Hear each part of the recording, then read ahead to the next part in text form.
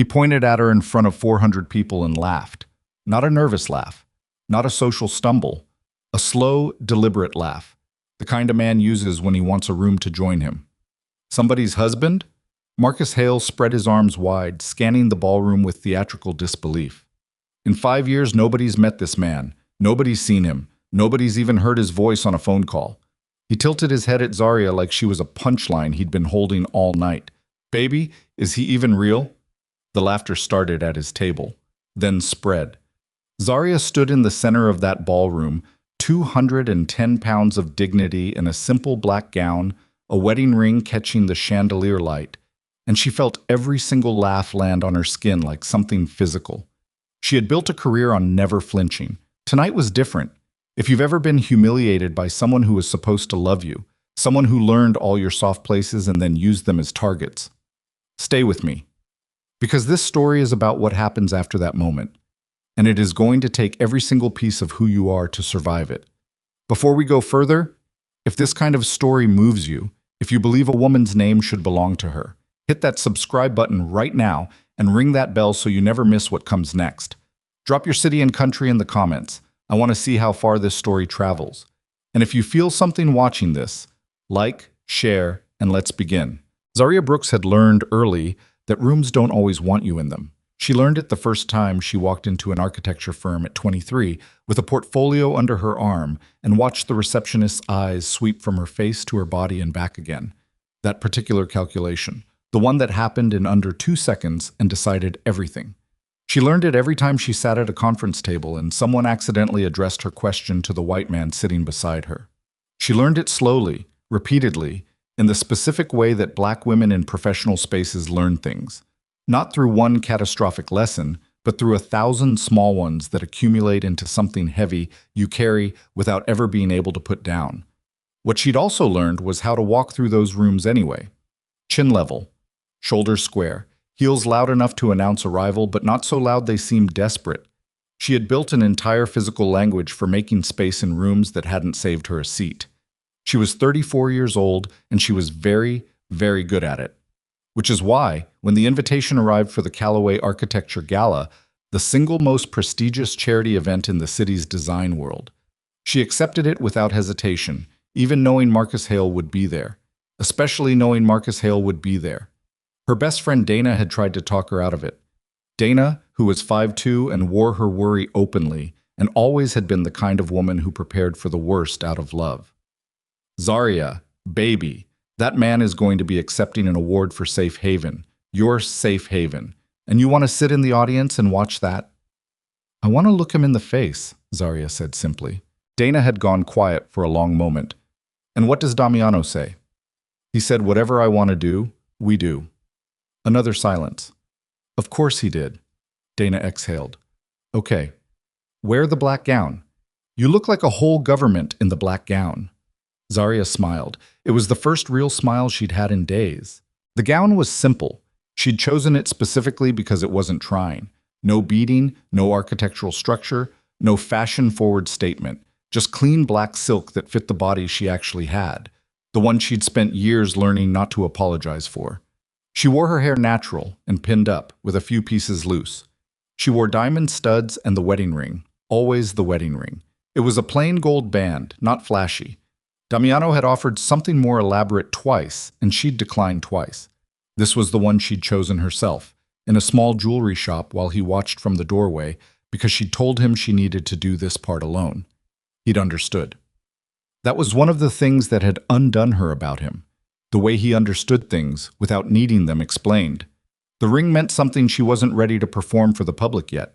She wore it because it was real, not because she wanted questions about it. She should have anticipated that Marcus would use it as a weapon. The Callaway Gala was held every year at the Meridian Hotel's Grand Ballroom. 12 stories above the city, floor-to-ceiling glass on 3 walls, a view of the skyline that architects specifically chose to be humbled by. 400 guests. Open bar. Auction items starting at $15,000. The kind of event where industry power concentrated itself once a year and everyone pretended they were there for charity. Zarya arrived alone, slightly late, which was intentional. Entering a room after it had already settled meant fewer eyes tracking your entrance, less time for people to position themselves before you'd oriented. She'd learned that too. She spotted Marcus within 4 minutes. He was holding court near the bar. That particular posture he had, the wide stance, one hand in his pocket, the other gesturing expansively. And she recognized the way the people around him were laughing even before they registered what he'd said. He'd always had that quality, a social gravity that pulled people toward him before they'd made any conscious decision to move. She'd loved that about him once. She'd been 29 and exhausted and lonely in the way that professionals who work 60-hour weeks get lonely, not dramatically, just quietly depleted. And Marcus Hale had walked into her life like proof that ambition and warmth could coexist in the same person. He was brilliant. She had not imagined that part. He could look at a structural problem and see 3 solutions before other people had finished defining the question. And he'd looked at her with that same intensity, and she had confused being studied with being seen. 3 years of engagement, 5 years of what she'd thought was partnership. She understood now that what he'd actually been doing the whole time was taking notes. She accepted a glass of water from a server and found her table. She was seated with a group of city council members and 2 senior partners from firms she respected, people who knew her work and would make the conversation manageable. She settled in. She breathed. She was doing fine. The program began. The usual sequence: welcome remarks, a video about the charity recipients, a brief auction for the first round of items. Zarya participated where appropriate. She laughed at one joke that was actually funny. She answered a question about a mixed-use development she'd completed last spring. She was fine. Then the safe haven presentation began. The lights dimmed and the screen at the front of the ballroom came alive with renderings she recognized the way you recognize your own handwriting. The curve of the main corridor, designed so women and children arriving in crisis would never feel cornered. A wide, open approach she'd specifically engineered based on research about trauma responses. The communal kitchen positioned at the building's heart rather than its edge, because she'd wanted the first sense of safety to smell like food. The private garden with sightlines arranged so residents could see the gate from every window. Her answer to a specific fear her mother had described once, that feeling of not knowing if he'd found you. Every detail on that screen was hers. The voiceover said Marcus Hale's name, and Zarya set down her water glass very carefully and looked at the tablecloth and reminded herself that she had known this was coming. She had known. The point of being here was to look it in the face. The lights came back up and Marcus walked to the podium and the room applauded him. She did not applaud. The man beside her, a council member named Gerald, who'd known her for a decade, noticed. He said nothing. He just shifted very slightly in his chair in a way that meant, "I see you." She was grateful for that. Marcus gave the kind of speech that sounded like humility, but wasn't. He talked about listening to community voices. He talked about designing space as an act of love. He quoted, without attribution, a principle Zarya had articulated in her original design philosophy document, the one she'd written in her apartment at midnight 3 years ago while he was supposedly asleep in her bed, the one she'd read to him out loud the next morning while he nodded and said, "That's beautiful, Z." She felt the blood drain from her face. He did not look at her once during the speech. That was almost the worst part. Afterward, during the cocktail reception portion of the evening, she was moving from her table toward the hallway. She needed 3 minutes alone, just 3 minutes to reconstruct herself, when Marcus stepped into her path. He wasn't alone. He had 2 other architects flanking him, men she didn't know well, and a woman who seemed to be some kind of publicist or assistant. 4 people total, including him. Zarya. He said her name like they were old friends who'd bumped into each other at a farmer's market. Marcus.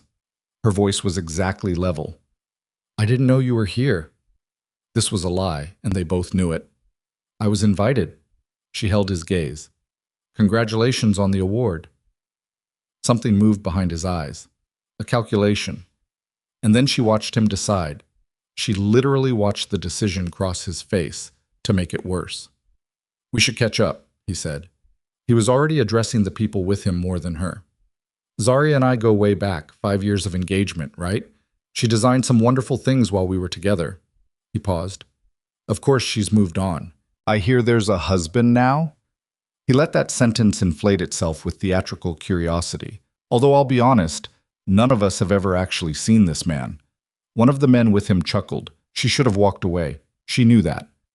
The intelligent move, the strategic move, was to excuse herself, put physical distance between them, let the moment dissolve.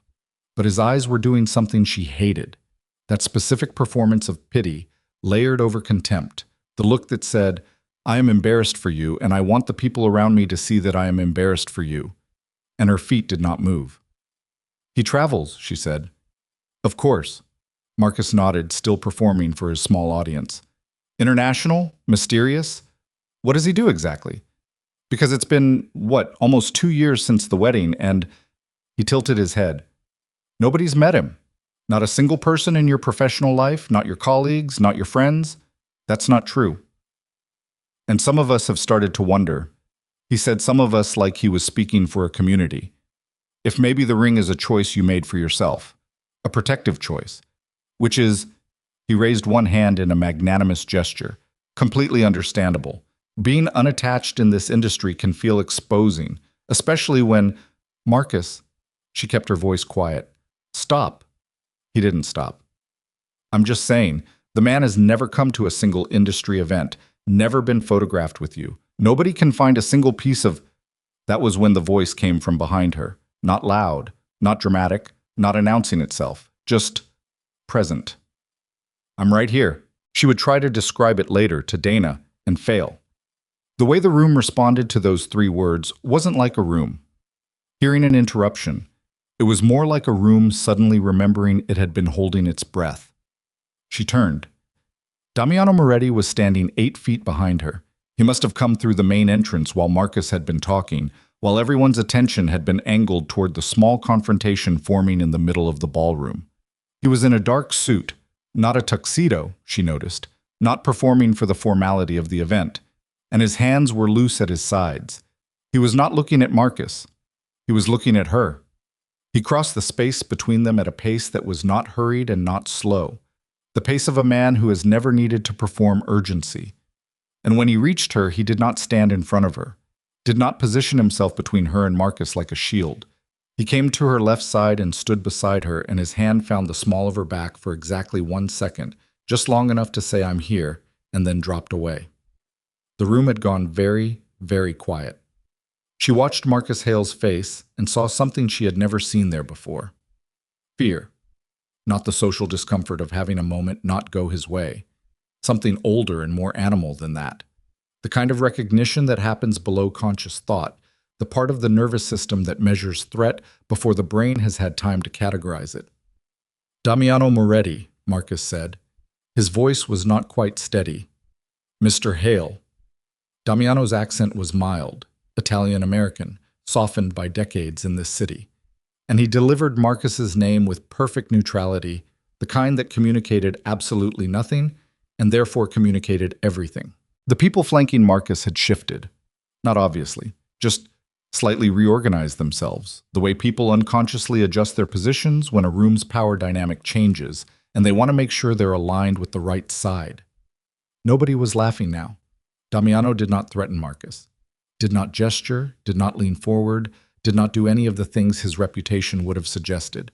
He simply stood beside his wife at a charity gala in a good suit, looking at the man who had just humiliated her, and allowed the silence to do whatever it was going to do. Marcus found something to say about getting another drink. His companions agreed with visible relief. They left. The room held that collective held breath feeling for another moment, and then conversation resumed, slowly, then all at once, the way sound always floods back after something seismic. Zaria became aware that she was not breathing normally. She turned to look at Damiano, at the line of his jaw, the steadiness in his eyes, and she thought, not for the first time, about what it meant to be loved by a man who had built his entire life around making other people afraid, and who was right now in a room full of people watching him, doing the most uncalculated things she had ever seen him do, standing beside her and not saying another word. "You weren't supposed to come tonight," she said quietly. "I know." He reached over and straightened her bracelet, a small, unnecessary adjustment, something to do with his hands. "You stopped answering my texts." "I was managing." "I know that too." She looked at him for a long moment. "Did you hear all of it?" "Enough," she exhaled. "He's going to know you came because of him." "Let him." He looked across the ballroom to where Marcus had retreated to the bar, now rebuilding his composure with people who didn't know what had just happened. He should know. That's not... She stopped herself. This was not the conversation for a ballroom. We'll talk later. Yes. You should eat something. You flew in from Milan this morning. Rome. Rome. She looked at him. Are you hungry? No. A pause. Maybe. She almost laughed. She didn't, because there were still 200 people in this room, and she wasn't ready to let the evening think it had won anything by producing something tender. But she almost did. What none of the 400 people in that ballroom knew, what the society photographers capturing the moment for their columns didn't know, what the architects whispering about it over their champagne didn't know, was that Damiano Moretti's presence at the Callaway Gala was not simply the entrance of a powerful man defending his wife. It was the night that a 4-year unraveling finally ran out of floor. Because Safe Haven was not a design Marcus Hale had collaborated on, or been inspired by, or developed alongside Zarya in some gray zone of creative partnership that might be argued about in a courtroom. Safe Haven was hers. Entirely, originally, completely hers. She had started the sketches 6 years ago in a notebook she still owned. She had named it after the feeling her mother had described, the specific exhale of walking into a place where you knew no one was coming through the door after you. She had built the design philosophy document late at night over months. She had printed the first architectural model on a machine in her studio and had knocked it off the table in frustration at 2 a.m. and had taped it back together with the patience of someone who does not have the money or the time to start over. She had done all of this before Marcus Hale had so much as seen the sketches, and she could prove it. The problem, the reason she had stood in that ballroom and listened to his speech without saying a word, the reason she had not yet gone to the architecture board, or the press, or anyone, was that the proof was scattered. Photographs in 3 different storage units, a hard drive from an old laptop, sketches and notebooks he'd told her weren't important enough to keep organized, a design philosophy document she'd emailed to herself from an account she could no longer access because the password was some variation of the word hope that she'd been using when she was 29 and still thought that was a thing you could organize your passwords around. And Marcus, who was brilliant, she had not been wrong about that, had prepared. He had prepared the way meticulous, paranoid men prepare when they know what they've done. He had a document with her signature on it. She didn't fully understand it yet, couldn't explain how it existed, but it existed, and it said things that weren't true, and it bore something that looked exactly like her name. So she had done what she always did when the problem was bigger than she could hold alone. She had told Damiano. The marriage was many things, and she had never been willing to explain it completely to anyone. Not Dana, not her mother, not the colleagues who'd noticed the ring and asked careful questions. It wasn't a conventional love story. Nothing about Damiano Moretti invited convention. He was 9 years older than her, Italian-born, had built a legitimate construction empire on a foundation that the city's law enforcement had spent a decade trying to see through without success. He moved through the world with a kind of compressed stillness that she had initially found unsettling and eventually found, to her own surprise, comforting. They had met because he was supposed to be the contractor for a community center she'd designed. The meeting had been professional, formal. She'd liked that he actually read the design documents before showing up, that he asked specific technical questions rather than performing enthusiasm. He hadn't flirted. He hadn't been obvious. He'd just been present, in that particular way he had, fully occupying whatever room he was in without seeming to try. She'd called him 2 weeks after the project completed to ask a follow-up question about load-bearing specifications. She had not needed to call him. She had known the answer already. He'd known she'd known. They'd had dinner that Friday, 3 years. A quiet wedding with 8 people, by her choice. A life that the public didn't own any part of, because she'd watched her mother's life become public property the moment her father's violence became visible, and she had built every boundary she had around that specific wound. The ring was real. The marriage was real. The man standing beside her in the ballroom was not a performance she'd staged to answer Marcus Hale's mockery. I was her husband, and he was very, very angry on her behalf. She could feel it the way you feel weather, not visible on the surface, but present in the pressure of the air. "You're not going to call anyone," she said to him, later, in the car. A pause. "I know people who could." Damiano. He was quiet. I mean it, she said. Nobody calls anyone. Nobody makes phone calls. Nobody loses a contract or a license or a... She looked at him. Kneecap. The corner of his mouth moved. That's not a thing I do. It is absolutely a thing people who work for you do. He didn't argue that. He looked out the window at the city moving past them. She watched his jaw tighten and release. He stole from you, he said finally. I know that. He stood up there tonight, and I know. Another silence. Longer. Then, what do you want to do? And that question, the way he asked it, the absolute absence of any assumption about what the answer would be, was when she felt the first real tears she'd had in months push against the back of her eyes. She didn't let them fall. Not yet. I want my name back, she said. He looked at her. I don't want him ruined. I don't want him scared. I don't want him to lose everything in the night because you made a phone call. She looked back at him steadily. I want to walk into a room someday and have people say there's Zaria Brooks. She designed Safe Haven. I want my name on that building. I want my work to be mine, in public, with evidence, so that nobody, not him, not anyone, can ever put a forged document in front of the world and undo it. Damiano was very still. Can you do that? She asked. Can you stand next to me while I fight this the way I need to fight it? Not your way. My way? He looked at her for a long time, and she could see what it cost him, could see the part of him that wanted to solve this the way he solved everything, efficiently and finally and without a public record, working against the part of him that was, underneath everything, just a man who loved his wife. Yes, he said. She nodded. They rode the rest of the way home in the kind of silence that isn't empty. Outside her old studio, the one she'd kept even after moving into his building because she'd needed a space that was entirely hers, someone had scratched 2 words into the paint of the door. She didn't see it until the next morning. Give up. She took a picture of it and sent it to Damiano without comment. He responded in 4 seconds. I'm sending someone to replace the door. She responded, don't. A longer pause. Why? She looked at the scratched words for a moment. Then she typed, because every time I walk past it, I'm going to remember what I'm doing this for. She put her phone in her pocket. She went inside. She sat down at the drafting table where Safe Haven had first become real, where her hands had first learned its shapes, and she opened the oldest notebook she could find. And she began. The notebook didn't give her what she needed that first night. She sat at the drafting table until 3 a.m, turning pages, running her fingers across her own handwriting the way you run your fingers across a scar, checking to see if it still hurts, checking to see if it's still real. The sketches were there. The early ones, loose and searching, the kind of drawings you make when you're still figuring out what you're trying to say.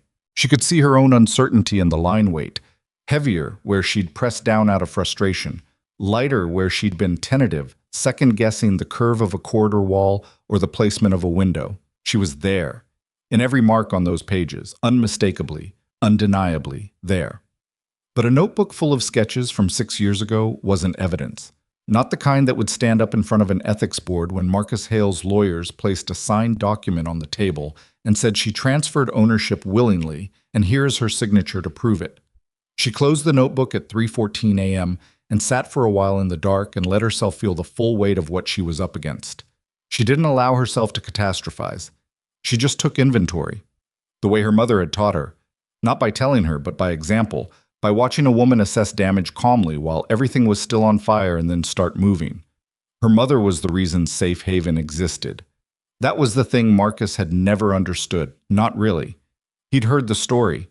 She'd told him about her mother, about the years of it, about the night they'd finally left. He'd listened with his face arranged in the correct expression of compassion. But he hadn't understood that Safe Haven wasn't a design project. It wasn't a career move or a portfolio piece or a way to position herself in the community development space. It was an act of love that had taken architectural form. It was the only thing she had ever built that she would burn everything else down to protect. She thought about that for a while. Then she went to bed. She did not sleep particularly well. Dana arrived at 8 the next morning with coffee and a look on her face that meant she'd already heard about the gala. Gerald called me, she said, stepping inside before Zaria fully opened the door. He said, And I'm quoting, Marcus Hale lost his mind in front of 400 people, and then Damiano Moretti walked in, and the man nearly wet himself. Zarya took one of the coffees. Gerald has a gift for narrative. Gerald has a gift for accuracy. Dana sat at the kitchen table and looked at her. Are you okay? I'm fine. Zarya. I said I'm fine, Dana. You have that face. What face? The one where you're fine the way a building is fine right before it collapses. Dana wrapped both hands around her cup. Talk to me. What are we doing? Zarya sat across from her. I need to find everything. Every piece of documentation that proves I designed Safe Haven before Marcus ever touched it. Sketches, emails, timestamps, the model. Everything. The model. Dana's expression shifted. Didn't that get damaged? Yes. When I moved studios. She paused. I kept the pieces. Dana looked at her for a long moment. Where is all of this stuff? Spread across 3 storage units, 2 old hard drives, and possibly a box in my mother's basement. Dana exhaled through her nose slowly. Of course it is. I also need to find someone who can authenticate the email timestamps on an account I can't currently access. Can't currently access meaning the account was on a server that got shut down in 2021, and I need to know if the data is recoverable. Dana set down her cup. Okay. A beat. Okay, we're doing this. You don't have to. Stop. Dana pointed at her. Do not give me the speech about not wanting to pull me into it.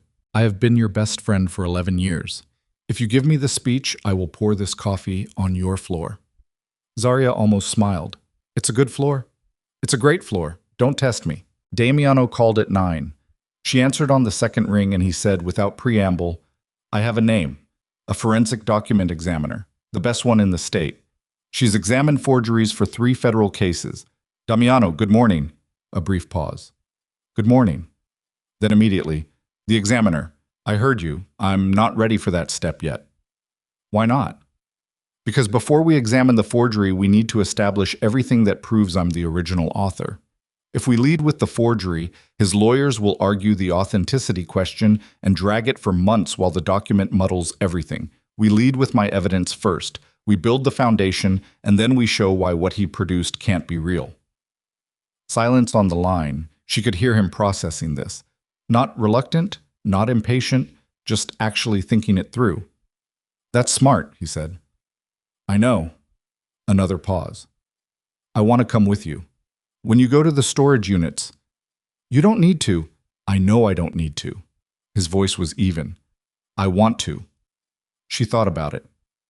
Fine, but you carry boxes. You don't make calls, you don't make decisions, you don't arrange anything. You carry boxes. I understand. I mean it, Damiano. I know you mean it. She exhaled. Saturday, 8 a.m.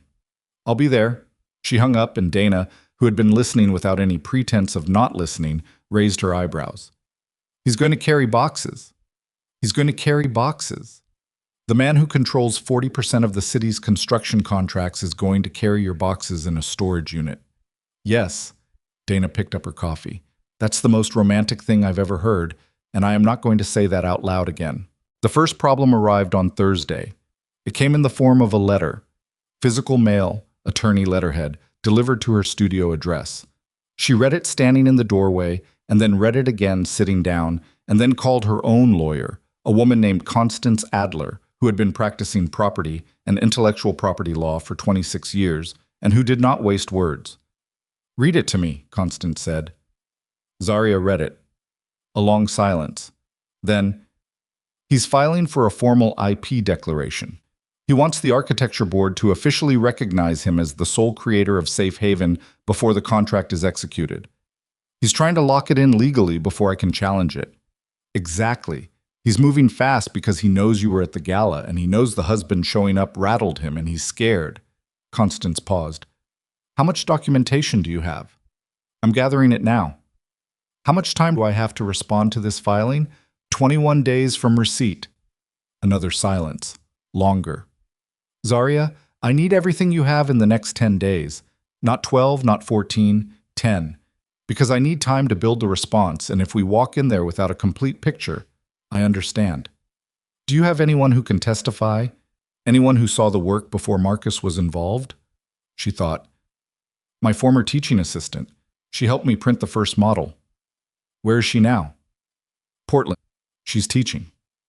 Call her today. Not tomorrow. Today. Constance's voice shifted, took on that particular weight that lawyers use when they want you to understand the stakes without performing alarm. This filing is aggressive, Zarya. He's not doing this because he thinks he can win cleanly. He's doing it because he thinks he can win fast. Get the declaration before you can mount a real response, and then anything you produce afterward looks like reaction rather than evidence. He wants to establish his version of events as the legal baseline. Zarya was quiet. He planned this, she said. Not a question. The filing is too clean for something improvised. He knew you'd be at the gala. He may have wanted you there. She let that settle. The specific coldness of it, the idea that Marcus had stood at that podium accepting an award for her work, while knowing that a legal filing was already prepared, already waiting, that his performance of humility about listening to communities had been delivered with a lawyer on speed dial. The idea that when he'd mocked her in front of 400 people, he hadn't been losing control. He'd been managing it. I'll call Portland today, she said. Good. Constance paused. And Zarya? Whatever resources your husband has, I'm not asking specifics. I don't need specifics. But if there's documentation that his people can locate that yours can't, I'll handle it. All right. Another pause. I believe you. I just want to make sure you believe you. She thought about the scratched paint on her studio door. Give up. I believe me, she said. Saturday came cold, the kind of October cold that hasn't committed to winter yet, but is done pretending to be fall. The storage facility was 40 minutes outside the city, in a neighborhood she'd chosen 6 years ago because the rates were low and she hadn't owned much worth stealing. Damiano was already there when she arrived. He was in dark jeans and a jacket that was too light for the weather, and he was holding 2 coffees, which she had not asked him to do, and which she took anyway because she'd been running on 4 hours of sleep in spite. You're early, she said. I'm always early. He handed her the coffee. Dana's not coming? She's dealing with the Marchetti problem. She'll join us around noon. She looked at him over the lid of her cup. He looked not uncomfortable exactly, but placed somewhere slightly outside his normal context. She was used to seeing him in rooms that organized themselves around him. Here, in a gray parking lot in front of a roll-up storage door, he was just a man with too light a jacket who'd shown up early. She found it easier to breathe around him when he looked like that. First unit is this way, she said. Unit 4C was the one she'd rented when she left her first studio. The overflow, the things she'd packed in a hurry because the lease was ending and she hadn't had time to sort properly. She'd paid the monthly rate for 5 years with the vague intention of eventually dealing with it and had never dealt with it. The smell hit her when she rolled up the door, cardboard and dust and something faintly metallic, old paper, time. Damiano looked at the stacked boxes and said nothing. I know, she said. I didn't say anything. You were about to. He wasn't actually. That was one of his more disorienting qualities, the genuine absence of small commentary. He stepped inside and looked at the boxes the way he probably looked at building sites, assessing load and order. You want oldest first? Oldest first? They worked in silence for a while. She opened boxes and sorted while he moved them, and she was aware, with a specific, almost uncomfortable clarity, of the care he was using. He set boxes down without thudding them.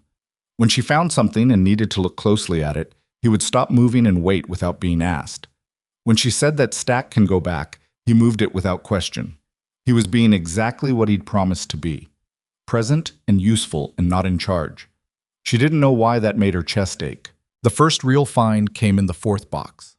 A manila envelope, slightly bent at the corner, labeled in her own handwriting from 6 years ago. SH. Concept. Phase 1. She sat down on the floor of the storage unit, which was cold and slightly gritty, and opened it. 12 pages of concept sketches. The earliest ones. Not the refined architectural drawings, but the thinking drawings, the messy ones from before she knew what she was making. And in the top corner of the first page, a date she'd written out of habit. She'd always dated her concept work, a practice her first professor had insisted on. March 14th. And the year. 4 years before Marcus had claimed to develop the project. Her hands were not entirely steady. She was aware of Damiano crouching down beside her, not touching, just present. Looking at the sketches the way someone looks at something they understand is important without knowing all of why. This is it, she said. Her voice came out quieter than she intended. The beginning? The very beginning. She turned to the second page. Same date, more sketches, and in the margin, her handwriting again, cramped because she'd been running out of space, the entry corridor should feel like an exhale. Not a door. A breath. She had written that. She remembered writing it. She remembered the specific quality of that thought, the way it had arrived fully formed while she was walking home from seeing her mother, how she'd stopped on the sidewalk and gotten out her notebook because she'd been afraid it would evaporate if she didn't get it down immediately. Marcus had said those exact words in a design interview published 8 months ago. The entry corridor feels like an exhale, he'd told the interviewer. That was always the guiding principle. She set the envelope down very carefully. Zarya. Damiano's voice was low. I'm fine. You don't have to be fine right now. I know. She pressed the heels of her hands against her eyes for a moment. Just a moment, 5 seconds, no more than that, and then lowered them and looked at the page again. I'm going to need an archival photograph of this. Every page. Today, before it gets touched by anything else. I have someone, Damiano, who does archival photography for preservation projects. It's legitimate, it's not a favor, I can give you the number, and you can call her yourself and she doesn't know me. She looked at him. I'm not trying to take over, he said. I'm telling you what I know. She held his gaze for a long moment. Give me the number. The photographer, a woman named Sujin, who arrived by noon and brought her own portable lighting rig, worked through lunch and into the afternoon. Zarya found 3 more envelopes of concept work in Unit 4C. She found a printed email chain from a university server, dated, threaded, showing her consulting with a structural engineering professor about load calculations for safe haven specifically, that she'd forgotten entirely about. She found a hard drive. Not the main one she'd been trying to locate, that was still missing, probably in the second unit, but an older backup drive, the kind she'd used in graduate school, with a sticker on it that said "Do not throw away" in red marker. She held it up and looked at it and tried to remember what was on it and couldn't. We'll need someone to read that, Dana said. She had arrived at noon as promised, slightly out of breath from the drive, and had immediately started on the second box stack without being asked. That was Donna, in a crisis. She didn't discuss participation, she just located the work. I know someone, Zarya said. Do you actually know someone, or are you going to let Damiano give you a number that isn't connected to him? Zarya looked at Dana. Dana looked back, unapologetic. Both, Zarya said. The second unit was worse. This was the one from the studio move 3 years ago, packed during the week after she'd ended the engagement, and the boxes reflected that. Not labeled, barely sealed, the work of someone who was functioning but not all the way present. She'd been walking through those days at about 60%. The other 40 consumed by the specific grief of ending something you'd believed in and having to hold that grief privately because the people who might have helped you through it were also people who would tell Marcus. She pulled a box from the middle of a stack and it was heavier than expected and the bottom gave way. The contents hit the floor. Papers, a broken stapler, 3 loose architectural drawings that rolled and flattened, and a large object in a plastic garbage bag that hit the concrete with a sound that made her close her eyes. She knew what it was before she opened the bag. The model. What was left of it?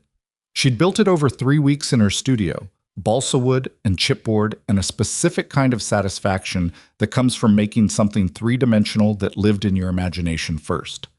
She'd knocked it off the table at 2 a.m. and it had broken into 4 large pieces and more small ones, and she had repaired it partly, and then moved studios and it had gotten packed badly, and something during the move had compressed it further, and she hadn't opened the bag in 3 years because she hadn't been able to stand looking at what was left. She opened it now. It was more damaged than she remembered. The main corridor section was intact. That particular curve she'd agonized over, the gentle arc that she'd designed so a person walking in would never feel like they were walking toward a closed door. That piece was whole, but the community kitchen section had collapsed in on itself, and 2 of the garden walls were gone entirely, just absent, and the entry facade had split along a seam she'd glued imperfectly because she'd been in a hurry. She sat on the floor again. Cold concrete for the second time today.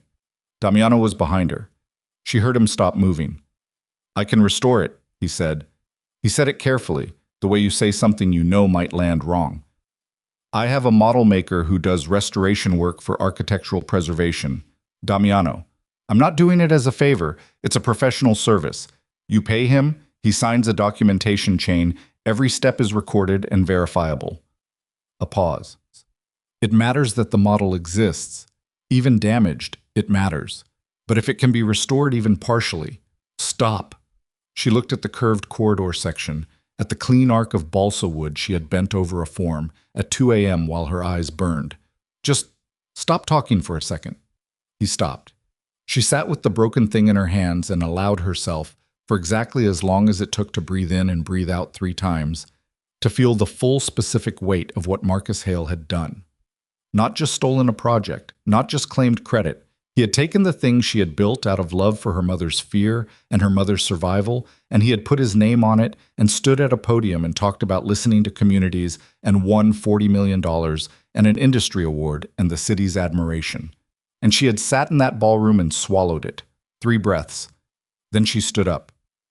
"Give me the number," she said. They were back in the city by 6. Damiano drove because her hands were full. She was holding the archival drive and the envelope of concept sketches and a notebook she'd found at the bottom of the last box, from a slightly later phase, with the Safe Haven name written on the cover in her handwriting, dated. He didn't play music. He drove in the way he did most things, without performing the action, just doing it. She watched the city come back into view from the highway and thought about Constance's deadline. 10 days. She had concept sketches and an email chain and a hard drive of unknown contents and a damaged model and the photograph of a scratched door. It wasn't enough yet. It was more than she'd had a week ago. "Tell me about the teaching assistant," Damiano said. "Her name is Priya. She was my TA my last semester of teaching before I went full private practice. She helped me print the original model, drove it to the studio herself." "Does she know what this is about?" "Not yet. I'm calling her tonight." He nodded. A long silence. Then, "There's something I haven't told you." She turned to look at him. His eyes stayed on the road. 3 days ago, before the gala. He paused, and she recognized this particular pause. He was choosing words, which he did more carefully than most people she knew. "One of my site managers told me that a man had been asking questions. About me. About our marriage. Asking workers, subcontractors, trying to find out if..." Another pause. "If the marriage was legal. If the documentation was real." The car felt colder. "Marcus," she said, "I think so. I can't confirm it." "What kind of questions?" "Whether you had used my name to gain access to anything related to the Safe Haven bid. Whether I had made calls on your behalf." He kept his voice level, but she could feel the effort of it. "Whether the marriage itself was transactional." She was quiet for a long time. Outside, the city's light changed as they moved from the highway into the grid of streets. Street level, people, restaurants coming alive in the early evening. "He's building something," she said finally. "Yes. Not just the IP declaration. He's building a narrative. That I used you to manipulate the process. That Safe Haven isn't just something I stole back, but something I obtained through your influence in the first place." She worked through it out loud. "If he can argue that the marriage is a business arrangement, that you made calls on my behalf during the bid process. He doesn't have evidence of that because it didn't happen. Evidence doesn't always matter as much as narrative." She pressed her fingertips to her forehead. "He's going to say the award should go to him because even if I did design it, I cheated to win the bid by leveraging your construction empire." He reframes it. "He's not the thief anymore. I'm the corrupt one, and he's the victim." Damiano's hands tightened briefly on the steering wheel. She saw it. "Damiano, what did you do?" A silence that lasted 1 full block. "I didn't make calls about Safe Haven," he said. "I have never used my position to benefit anything connected to your work. You know that." "I know that. But..." Another silence. He pulled to a stop at a light, looked at her directly for the first time since starting this conversation. When you were first bidding the project, 4 years ago, there was a city planning official who was making things difficult, delaying reviews. It was bureaucratic obstruction, nothing unusual, but it was slowing you down. I knew the man socially. We had drinks once. I may have mentioned that I had an interest in the Safe Haven project moving forward. She stared at him. I didn't threaten him, Damiano said. I mentioned it, that's all. Damiano. He cleared the review within a week. Damiano. I know, he said. The light changed. He didn't move for a moment. The car behind them waited. That's what Marcus is looking for, she said. Her voice had gone very quiet. That's the piece he needs. If he can find that official, if he can get him to say that you intervened in the review process, the man retired. He's in Florida. People in Florida still answer subpoenas. He pulled through the intersection. She looked out the window and worked through the architecture of how badly this could go. It wasn't certain, it wasn't even probable, but it was possible, and in an ethics hearing, possible was the door that reasonable doubt walked through. She had built her entire strategy on clean hands. Evidence alone, no influence, no favors, no shadow of Damiano's world falling across her work. That was the only way the victory meant anything. That was the only way it was hers. And now there was a retired official in Florida who might remember a drink he'd had 4 years ago with a man who knew how to have conversations that weren't quite threats, but weren't quite not threats either. You should have told me, she said. Yes. Not now, before. When I told you we were doing this my way, you should have told me then. Yes. No deflection, no explanation, just the word. She pressed the back of her head against the headrest and stared at the car ceiling. What else? Nothing else. Damiano, I need to know everything, not the version where you've decided what's important. Everything. There's nothing else related to Safe Haven. I promise you that. She looked at him for a long moment, measuring the quality of that silence, the way you learn to do with a person over years. The specific texture of his quiet, when he was withholding, versus the quality when he was being completely direct. This was direct. Okay, she said. Okay? Okay, I believe you. She looked back at the ceiling. But we have a problem. I know. And I can't fix it the way I was planning to fix it. I know. And if Marcus finds that official before I can get my evidence in front of the board, he won't. You don't know how... He won't, Damiano said again, and this time there was something in his voice that she recognized as the absolute edge of his restraint. I am not going to make calls. I'm not going to arrange anything. But I'm telling you that man will not be found in the next 10 days because I know where he is, and I know his habits, and I know that for the next 10 days, he will be somewhere with very poor phone reception. She went very still. That's not... You said, I'm not touching Marcus. I'm not touching anything related to your case. I'm making sure a retired civil servant enjoys his vacation somewhere quiet. He looked at her. That's the only thing I will do. And I'm telling you, I am doing it. She should have argued. She knew she should argue. The whole architecture of what she was building, evidence alone, clean hands, no shadow, had just acquired a shadow at its edge, a small one, a careful one. But there.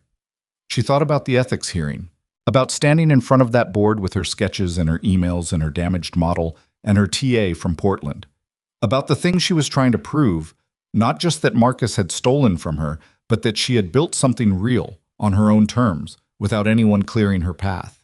And she thought about that planning official and what he might remember and what Marcus's lawyers might do with it. Don't tell me anything else about it, she said finally. Damiano nodded once. And when this is over, she turned to look at him fully. We are going to have a very long conversation about the definition of standing beside me. Yes, he said, we are. They drove the rest of the way in silence. She was inside the building, in the elevator, before she took out her phone to call Priya in Portland. Priya answered on the third ring, and Zaria said, I need your help. I need you to remember everything you can about the Safe Haven model. When you printed it, what it looked like, whose studio you picked it up from, and whose name was on the work. A long pause from Portland. Then Priya said, Zaria, I read the announcement about that award. A beat. I've been waiting for you to call. And just as the relief of that sentence was beginning to land, just as Zaria was exhaling for the first time all day, Her phone buzzed with a second call. Constance. She put Priya on hold and answered. "We have a problem," Constance said. "A large one." Her voice had the quality of someone delivering damage assessment while the building is still burning. Marcus Hale's attorneys just filed an injunction. They're not waiting for the IP declaration process.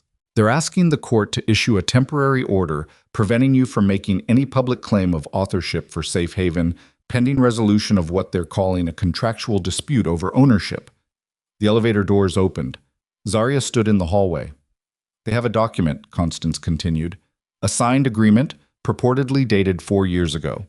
It claims that as part of the dissolution of your personal relationship and your professional partnership, you voluntarily transferred all intellectual property rights to the Safe Haven project to Marcus Hale in exchange for..." A pause. And in that pause, Zarya could hear Constance working very hard to stay professional. "In exchange for his agreement not to pursue claims against you for joint project debts." The hallway was very quiet. "That document has my signature on it," Zarya said. "It does." "It is a forgery." "I believe you. The court does not know you yet." Constance's voice tightened. "Zarya, they served this tonight. They timed it specifically.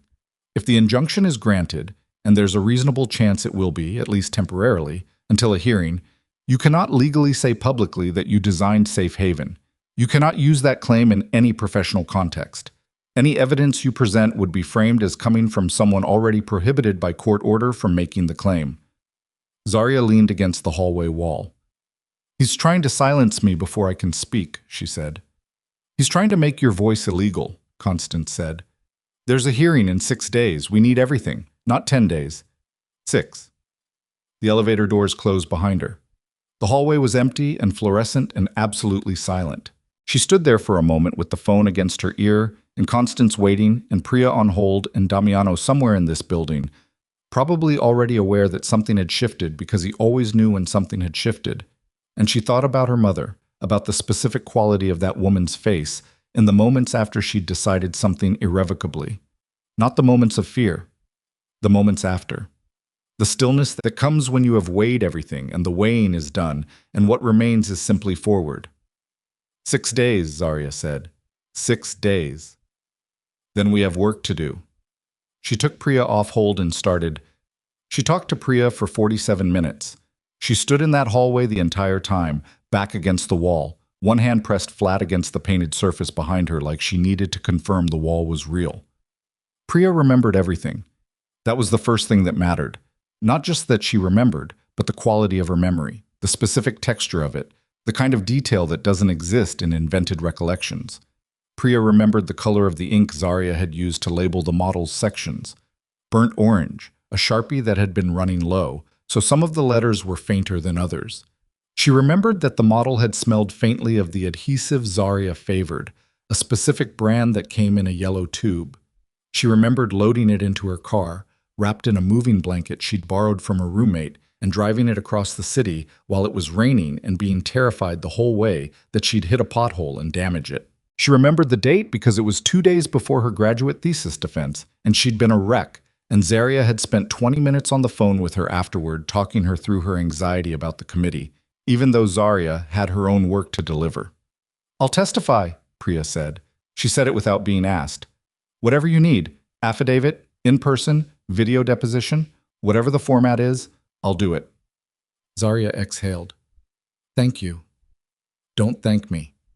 Priya's voice had an edge that surprised her.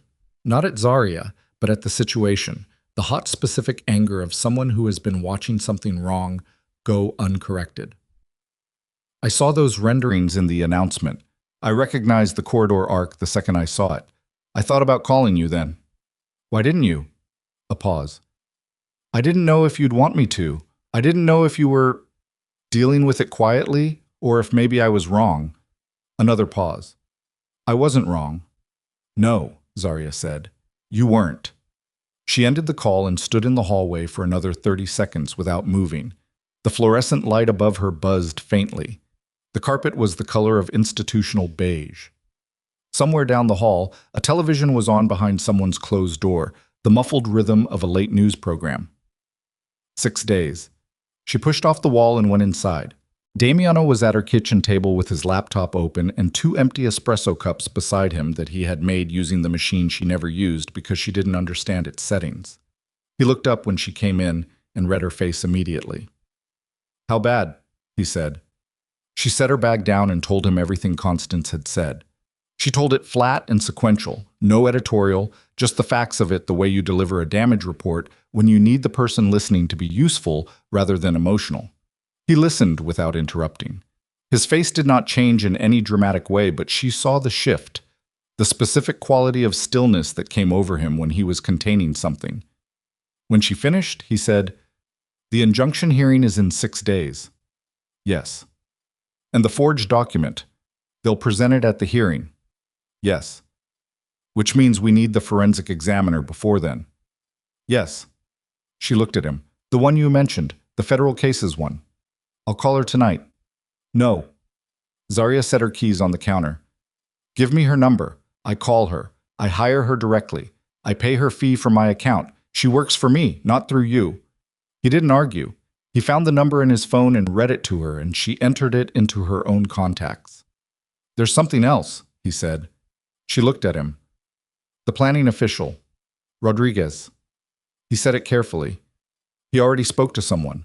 Before the phone reception issue was arranged." The kitchen went very quiet. "When?" she said. "Sometime in the last week. Someone reached him. Asked about the safe haven review. He spoke for approximately 15 minutes. Damiano's voice was measured, and she recognized the measuring, the careful calibration. "I don't know exactly what he said, but Marcus's people have it. Likely." She turned and put both hands on the kitchen counter and looked at the wall above the sink. The tile had a small crack in it she'd been meaning to fix for 2 years. She looked at that crack and breathed. "So the injunction isn't just to silence me," she said. "It's to establish the narrative before the hearing. And at the hearing, they'll present the forged document and whatever Rodriguez told them. And the board will see a woman who married a man with construction empire connections and who had a planning review mysteriously fast-tracked 4 years ago." "Yes." "And then they'll see the forged document saying I voluntarily gave up the project." "Yes." "And if the injunction holds, anything I say to contradict that is already framed as a violation of a court order." "Yes." She turned around. "He built this for 2 years, minimum." She said it not in anger, but in the flattened tone of genuine realization. "This wasn't a response to me going to the gala. This was ready. He was just waiting for a reason to deploy it." Damiano said nothing. "He knew I'd eventually figure out what he'd done. He knew I'd come for it. So he built a trap and left it set." She pressed her fingertips against her temples. "The engagement wasn't—" She stopped. "Say it," Damiano said quietly. "The engagement wasn't what I thought it was." The words cost her something she hadn't budgeted for tonight. "He wasn't just someone who took advantage of access. He was— From early on, he was—" She stopped again, restarted. "He saw what I was building, and he decided to be close to me long enough to take it." The silence after that had a specific weight. Damiano stood up from the table. He crossed to her side of the kitchen and stood beside her, not touching, just close, and looked at the same cracked tile she'd been looking at. "You didn't fail to see something," he said. "He worked very hard for you not to see it. I know that. I'm saying it because you're about to spend the next 3 days blaming yourself, and I need you to hear it once, clearly, before that starts." She looked at him. "I'm fine," she said. "You're not." He said it without judgment. "You're allowed to not be fine for the next hour, and then we work." She looked at him for a long moment. Then she sat down on the kitchen floor, just sat down, back against the cabinets, knees up. It wasn't graceful. She didn't care. After a second, Damiano sat down beside her. On the kitchen floor, in his good clothes. She would have found that funny at any other moment. 1 hour, she said. 1 hour. She put her head back against the cabinet door and closed her eyes and let the full weight of it come. The years she'd spent in that engagement believing she had a partner, the specific memory of reading her safe haven philosophy out loud to a man who was already planning how to use it, the image of her name scratched off something that should have belonged to her, the sound of 400 people laughing in a ballroom. And she sat with it the way her mother had taught her, without fighting it, because the only way to get through a thing like this was to let it move through you completely rather than hold it in place where it could calcify. 53 minutes later, she stood up. Okay, she said. Okay, he said. She helped him up off the floor. His knee, the bad one, the one from an injury he never discussed, and they went back to work. The forensic examiner's name was Dr. Amara Osi. She answered her phone at 11 p.m., which told Zarya something. She explained the situation in under 4 minutes. Dr. Ose asked 3 questions: the nature of the document, the timeline, the jurisdiction of the hearing, and said she could begin examination the following morning if the document was provided through proper legal channels. Constance will contact you tonight, Zarya said. I'll be up. A pause.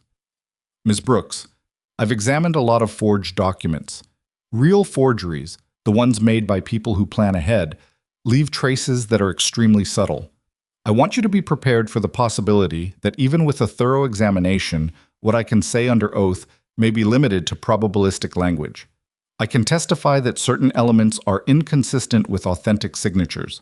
I cannot always testify in absolute terms. I understand, Zarya said. I'll do everything I can. I know. Zarya paused. Thank you for answering. That's what the phone is for. She didn't sleep that night. She sat at the drafting table and organized everything. Photographed documents in labeled folders, a timeline written in her own hand on a large sheet of drafting paper pinned to the wall, every piece of evidence assigned to a position in the narrative she was building. She worked methodically, the way she designed. Structure first, then detail, then the connective tissue that made the whole thing breathe. Dana arrived at 6 a.m. without being asked, which meant Dana had also not slept. She brought food this time, not coffee, actual food, containers from the Jamaican place on 5th that she knew Zarya ate when she was working too hard to cook. She set it down and looked at the wall with the timeline and said nothing for a long moment. The hard drive, Dana said finally. I have someone coming at 9. The model. Picked up last night. The restorer thinks the corridor section and the entry facade are salvageable. The kitchen section, maybe 60%. Dana nodded slowly. The email archive. This was the one. Zarya had been avoiding it all night. Not the fact of it, but the specific anxiety around it. The dormant server, the account she couldn't access, the emails she needed to prove existed. I talked to a data recovery specialist. He can't make promises. The server data may be partially archived or it may be completely gone. What are the odds? He said 30 to 60% chance of partial recovery. The timestamps, if we can get them, are the most important piece. The content matters less. I can reconstruct what was discussed from my notes. But a timestamp on an email thread with the structural engineering professor from 4 years before Marcus touched the project, that alone changes the evidentiary picture. Dana sat down across from her. And if the data's gone? Zarya looked at the timeline on the wall. Then we go with what we have. Dana picked up her coffee. Is what we have enough? A silence. I don't know, Zarya said. She said it without flinching. The concept sketches are strong. Priya's testimony is strong. The email chain I found in the storage unit is strong. The hard drive, we don't know yet. The model, partially. She paused. It might be enough. It's close. Close isn't... I know what close isn't. Dana was quiet for a moment. Constance called me this morning, she said. Zarya looked at her. She wanted me to tell you something that she thought you needed to hear from a friend rather than a lawyer. Dana looked down at her cup. The injunction hearing is not the main fight. Even if the judge grants a temporary injunction, it's a P case. What it does is, it reframes you. It makes you look like the defendant in a contractual dispute rather than the originator making a claim. She paused. And Marcus's attorneys know that. They're not trying to win the injunction. They're trying to define you before the ethics board hearing. I know that. Constance thinks you should consider settling. The drafting table was very still. The morning light had started coming through the east window. Constance thinks I should settle, Zarya said. She didn't say it was right. She said you should consider it as a risk management option. Dana's voice was careful, the way it got when she was delivering something she disagreed with but felt she had to deliver. Marcus's team has apparently indicated they'd settle for a co-design credit. Your name on the project alongside his. Alongside his? Yes. Zarya stood up from the drafting table. She walked to the window and looked at the street below. Early morning, a delivery truck. A woman walking a very small dog that seemed to be setting the pace for the whole operation. My mother didn't escape, she said, to a shelter that was co-designed. She escaped to a place that someone built out of love. That place needs my name on it, and only my name on it, and I will not. She stopped.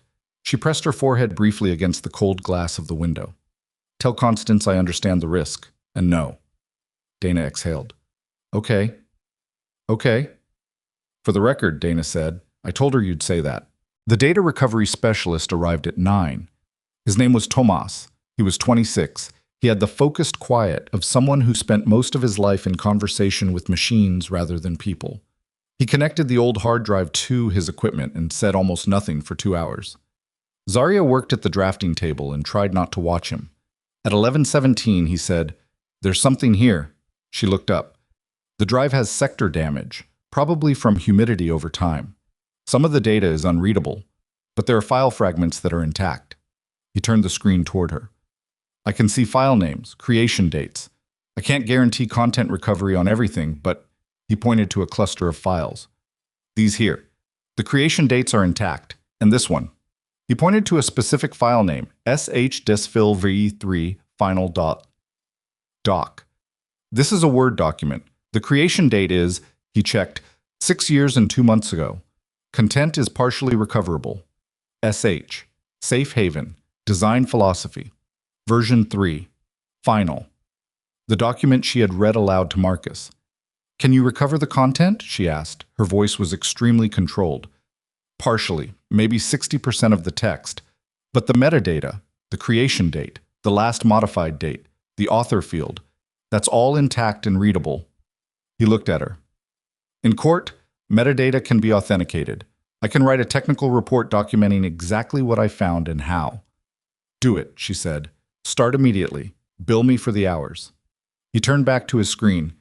Zarya sat back down at the drafting table and put her hands flat on the surface and breathed. 60% of the text. And full metadata.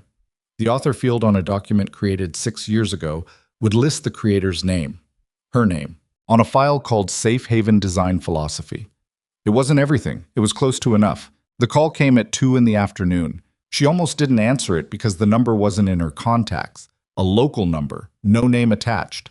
She answered because she was in the middle of 6 days of everything mattering and she couldn't afford to miss something. Zarya Brooks? A woman's voice. Low, measured, familiar in a quality she couldn't immediately place. Yes. My name is Celeste Duval. I don't know if you'll know who I am. She didn't. She said so. I was Marcus Hale's junior associate for 3 years. I left his firm 8 months ago. A pause. I saw the Safe Haven announcement, and I've been... Another pause, longer. I've been trying to decide whether to contact you for 6 months. Zarya's hand tightened on the phone. Why are you calling now? She asked. Because I heard about the injunction filing this morning. I have a friend at the courthouse. The woman's voice shifted, became something more brittle. And I can't watch this happen without... I have to tell you something. I need you to understand that I am taking a significant risk making this call. I understand. I don't think you do. Not yet. A breath. When I was at Marcus's firm, I processed a lot of documentation. Archiving, filing, case history.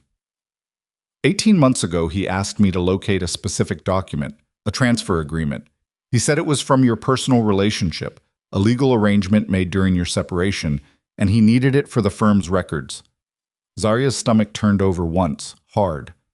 I located it, Celeste continued, in a folder in the firm's archive that predated my employment. And when I looked at it, I have a background in document management. I've worked with a lot of legal paperwork. Something about the paper stock was wrong, and the signature. She stopped. I didn't say anything. I should have.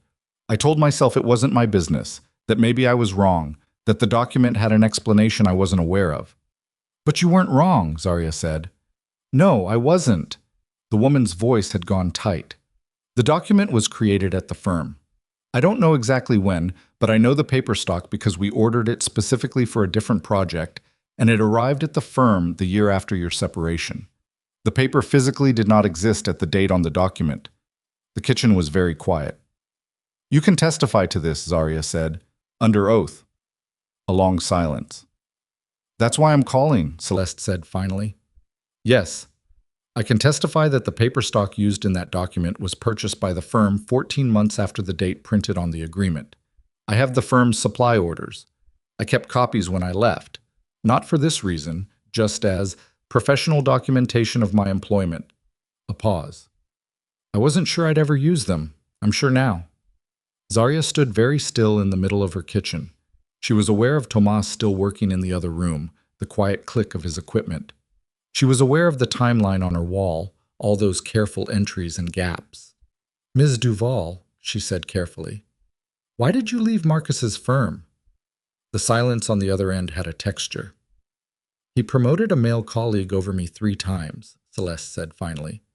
I stayed because I believed in the work. I left because... She stopped. Let's say I stopped being able to separate the work from the man doing it. I understand that, Zarya said. I imagine you do. I need to connect you with my attorney today. Her name is Constance Adler. She'll need to document everything you've told me, and there will be a process. I know there will be a process. I'm prepared for it. Are you prepared for what Marcus will do when he finds out? Another silence. Longer. Ms. Brooks, I'm a black woman in this industry. I've been preparing for what powerful men do when they find out for my entire career. Her voice was dry and steady. Yes, I'm prepared. Zarya wrote down Celeste's number, confirmed it twice, and said she would have Constance call within the hour. She hung up. She stood in her kitchen with the phone in her hand and looked at the wall where she'd pinned the timeline and felt the first genuine shift in the weight of this thing. A fraction, just a fraction, in her direction. Paper stock.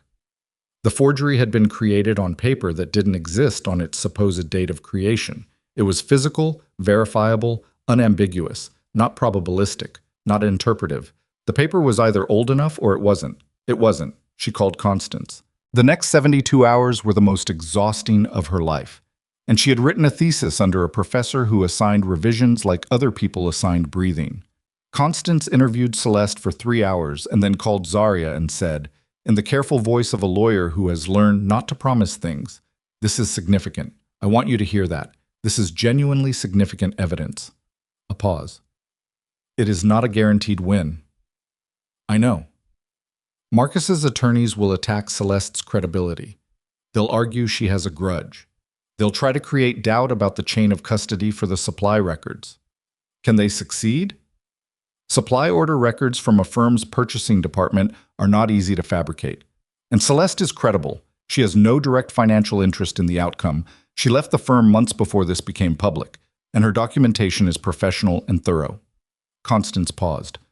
Combine it with Dr. Osei's forensic findings and Priya's testimony and the concept sketches and the metadata. Zarya, we have a case. A real one. Something in Zarya's chest shifted. But, Constance said, there's always a but. Marcus filed a supplementary declaration this morning, before we'd seen Celeste's evidence, before we had time to respond. A pause. He found a former colleague of yours, someone named David Park. He worked with you briefly at your first firm, before Safe Haven, before Marcus, early in your career. I remember David, she said carefully. We weren't close.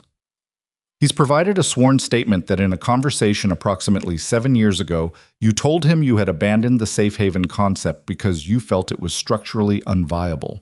That you said, and I'm reading from the declaration now, the whole thing was a dead end, and I was starting over. Zarya went cold. That's not... She stopped. Her mind was moving fast. 7 years ago, first firm, David Park. She was trying to locate the memory and it kept sliding. I don't remember saying that. Do you remember the conversation? I remember David. I remember we talked a lot during that period. I was developing a lot of ideas simultaneously. I was probably... She stopped.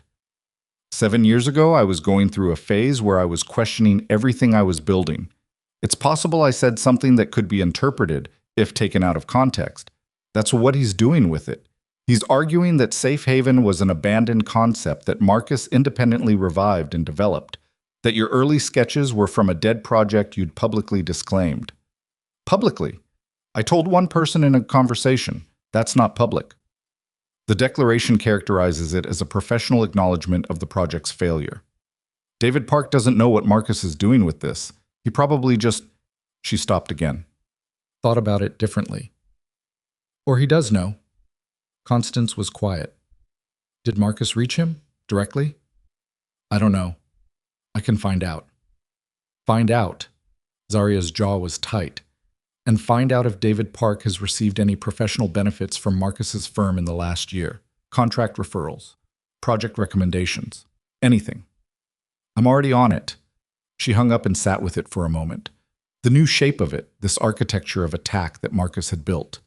He hadn't just stolen her project. He'd built a structure around the theft, supporting walls, a foundation in discredited conversations, and forged documents, and the reputational softening of a woman. People might be inclined to doubt anyway. He'd thought about her specifically. He'd known her tendencies, her vulnerabilities, the periods in her career when she'd questioned herself out loud to the wrong people. He had been paying attention for years. She felt the anger arrive then. Not the hot, immediate kind, but the cold, slow kind that arrives when you realize the scope of something. When you understand it wasn't careless or opportunistic. When you understand it was planned. She let herself feel it for exactly as long as it was useful. Then she picked up her pencil and made a note on the timeline. The injunction hearing was at 10 a.m. on a Thursday. Zaria wore the same black gown she'd worn to the gala, which was a deliberate choice that Dana had initially questioned, and then, when Zaria explained it, stopped questioning. She wanted anyone in that courtroom who had been in that ballroom to remember the night Marcus Hale had pointed and laughed. She wanted her own stillness to be the contrast. Damiano offered to come. She said no. You being there makes it about you, she said. I know. And if their attorneys see you in that courtroom, they will put your face in front of the judge and use it. I know, he said again. There was something in his voice she hadn't heard often, something that was not quite frustration and not quite grief but occupied the space between them. I understand why. He stopped. You want to be there, she said. Yes. She looked at him. At the straight line of his jaw, the stillness he wore the way other men wore posture. I know, she said. And then, because she meant it, when this is over, I'm going to tell you what it meant that you didn't. He nodded once. She took a car alone. The courtroom was smaller than she'd expected and more fluorescent and smelled faintly of old paper and HVAC. Marcus was already there with two attorneys she didn't recognize and a third person who was clearly a consultant of some kind, young, organized, the fixed attention of someone being paid to manage details. Marcus looked at her when she walked in. She looked back. There was no version of this where she looked away first. Constance was at the plaintiff's table already, arrangements in order, folders aligned. She looked up and gave Zaria one precise nod that meant we are as ready as we can be. Now we find out. The judge was a woman in her 60s named the Honorable Patricia Wen, who had the focused economy of someone who had heard every possible variety of human dispute and arrived at each new one with zero patience for theater. Marcus's lead attorney, a man named Sherfield, opened first. He was practiced and fluent, and he made the forgery sound like a clear legal document and the planning intervention sound like undue influence, and the entire situation sound like a cautionary tale about a woman who had entangled her professional life with a man whose business methods were, he said carefully, the subject of ongoing public scrutiny. He didn't say Damiano's name.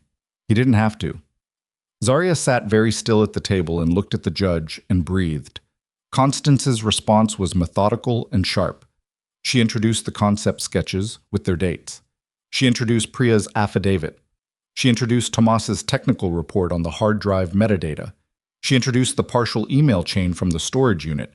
And then she introduced Dr. Osei's preliminary forensic findings. The room shifted. Because Dr. Osei, careful, precise, federal case doctor, Osei had found something beyond the paper stock that Celeste had identified. She had found an ink composition inconsistency. The signature on the transfer document had been applied using a pen formulation that had been discontinued and reformulated by its manufacturer 3.5 years ago, after the date on the document. The paper was wrong. The ink was wrong. Two independent physical elements of the same document existed in the wrong era. Sherfield objected to the preliminary nature of the findings. Judge Wen overruled him with the economy of someone who has heard that objection approximately 400 times. Zarya watched the judge's face as Constance finished presenting. She looked for the signal, the micro-expression, the particular quality of judicial attention that tells you which way a room is leaning. Judge Wen looked at the forensic report for a long time. Then she set it down and looked across the courtroom. "Mr. Sherfield," she said, "your client is asking this court to enjoin Ms. Brooks from making professional claims based on a document whose two primary physical components, paper stock and ink formulation, appear to post-date the document's stated creation by multiple years." A pause. "I am not inclined to grant an injunction on that basis without a great deal more certainty than your evidence currently provides." Sherfield said something about a hearing to provide additional testimony. Judge Wen said something about the burden of proof being his client's burden. And then Marcus Hale, from the respondents' table, did something that no one in the room expected. He said, loudly enough to be heard, "She's using her husband's people to manufacture this." Constance was on her feet immediately. The judge gave Marcus a look that could have cut glass. Sherfield grabbed his client's arm. A court officer moved. But the words were in the room, and the judge heard them. And Zarya sat at her table with her hands flat on the surface and looked at Marcus Hale and understood in that moment exactly what he was doing. He wasn't trying to win the injunction anymore. The injunction was already lost. She could feel it. What he was doing now was salting the ground, putting Damiano's shadow in the room for the ethics board hearing that would follow, making sure that even if she won today, the next room would already have been seeded with doubt. He was burning the field to stop her from planting. Judge Wen denied the injunction. It was the right outcome. It was what she needed. She should have felt relief. Instead, she sat in the parking lot afterward, in the back of the car, and looked at her phone and thought about what Marcus had said and what he was preparing for the ethics hearing and what David Park's declaration meant alongside it, and the image of a retired official in Florida with poor phone reception, and she understood with precise clarity that winning today had not ended anything. It had simply moved the battlefield. Constance got in beside her and said, "The denial is good. We should feel good about this." "He's going to use the ethics hearing differently," Zarya said. "Yes. He doesn't need to prove the document is real anymore. He just needs to create enough doubt about me to make the board uncomfortable." She looked at Constance. "He's going to use Damiano. He's going to put everything he can find about Damiano's business in front of that board and use it to make my evidence look contaminated." Constance was quiet. "He's going to argue that a woman married to a man with that kind of influence couldn't possibly have produced this evidence without that influence shaping it. That everything I've found is either fabricated or arranged." She looked out the window at the courthouse steps where Sherfield and Marcus were talking in low, rapid tones. "And the only way to counter that is to separate myself from Damiano so completely that there's no daylight between his world and my evidence for anyone to exploit." "What does that mean practically?" Constance asked. Zarya watched Marcus gesture sharply at something on Sherfield's tablet. She watched the way he moved, the controlled urgency, the man recalculating, repositioning, already planning the next approach. She thought about her mother, about the night they had left, about the particular look on her mother's face that she had carried with her for 25 years. Not fear, but something past fear, something that had burned through fear and come out the other side into a terrible, lucid clarity. "It means," Zarya said, "that at the ethics hearing I walk in alone." Constance looked at her. "No Damiano in the building, no Moretti name anywhere near the proceedings, no connection that anyone can point to." She turned from the window. "And it means that whatever Damiano knows about Rodriguez, whatever phone reception problem that man is experiencing right now, it ends. Rodriguez comes back online. If Marcus's people reach him, they reach him. If what Rodriguez says is damaging, I deal with it in the room with the evidence I have. Zarya, that's if I win because Damiano managed the situation, I haven't won." She said it quietly, but absolutely. "I will have traded one powerful man's control over my work for another powerful man's protection of it. And my mother didn't survive what she survived so that I could do that." The car was very still. "The ethics hearing," Constance said carefully, "is in 12 days. If Rodriguez testifies, then I deal with it in the room. If David Park's declaration stands, I deal with it in the room. If the board looks at you and sees Damiano Moretti's wife instead of Zaria Brooks, then I make them see differently. She picked up her bag from the floor of the car. Schedule a call with Damiano tonight. I need to talk to him. About? About what it actually means to stand beside someone, she said, when standing beside them means stepping back. She opened the car door and got out, and the October air hit her face, and she stood on the sidewalk in front of the courthouse and looked at the city. The skyline, the buildings, the glass and steel and concrete of a place that was full of structures other people had designed. And she said nothing, and she felt everything, and she started to walk. Behind her, the courthouse door opened and Marcus Hale came out, and she heard his voice, not his words, just his voice, the quality of it, already rebuilding its confidence. And she did not turn around. She had 12 days. She had her sketches, and her metadata, and her testimony, and her forensic evidence, and a woman who had kept supply order records on the off chance they might someday matter. She had fought in courtrooms and conference rooms and ballrooms, and she had one more room left. She kept walking. And 3 blocks away, outside a coffee shop she passed every morning, she stopped dead because taped to the door was a printout, a news alert. Someone had printed it and taped it there for reasons entirely unrelated to her. But the headline said Marcus Hale's name and the words awarded additional city contract pending ethics review resolution, and she stood there and read it and understood that the city had not waited, that the money was already in motion, that Marcus had. She stood in front of that printed news alert for 43 seconds. She counted them. Not deliberately. Her mind did it automatically, the way it counted things when she was assessing structural load, measuring whether something could hold the weight being placed on it. 43 seconds of reading the same headline, the same words, Marcus Hale's name attached to a second city contract while the ethics review was still open, while the ink on Judge Wynn's injunction denial was barely dry. The city hadn't waited. Someone had decided not to wait. She took a photograph of the printout with her phone and sent it to Constance with no message. Constance responded in 90 seconds. I see it. I'm calling the board chair tonight. Zaria put her phone in her pocket and walked the rest of the way to her studio and sat down at the drafting table and picked up a pencil and held it without drawing anything for a long time. The pencil was a mechanical one, 0.5 millimeter lead, the kind she'd used since graduate school because she liked the consistency of the line. She had gone through hundreds of them. There was a cup of them on the drafting table right now, 8 or 10, and she looked at them and thought about what Constance had said about the ethics board hearing and what she had said back and whether she had made the right call. She had 12 days to be exactly who she was without anyone else's shadow, making her easier to dismiss. 12 days to be only herself. She was terrified, in the specific way that you are terrified when you have stripped every contingency plan away, and what remains is just you in a room with the truth. She picked up the phone and called Damiano. He answered before the first ring finished, which meant he'd been holding his phone. She knew his habits. I heard, he said. Constance told you? The news alert. I have a filter set. A pause. Are you all right? I need to talk to you about the hearing. I know.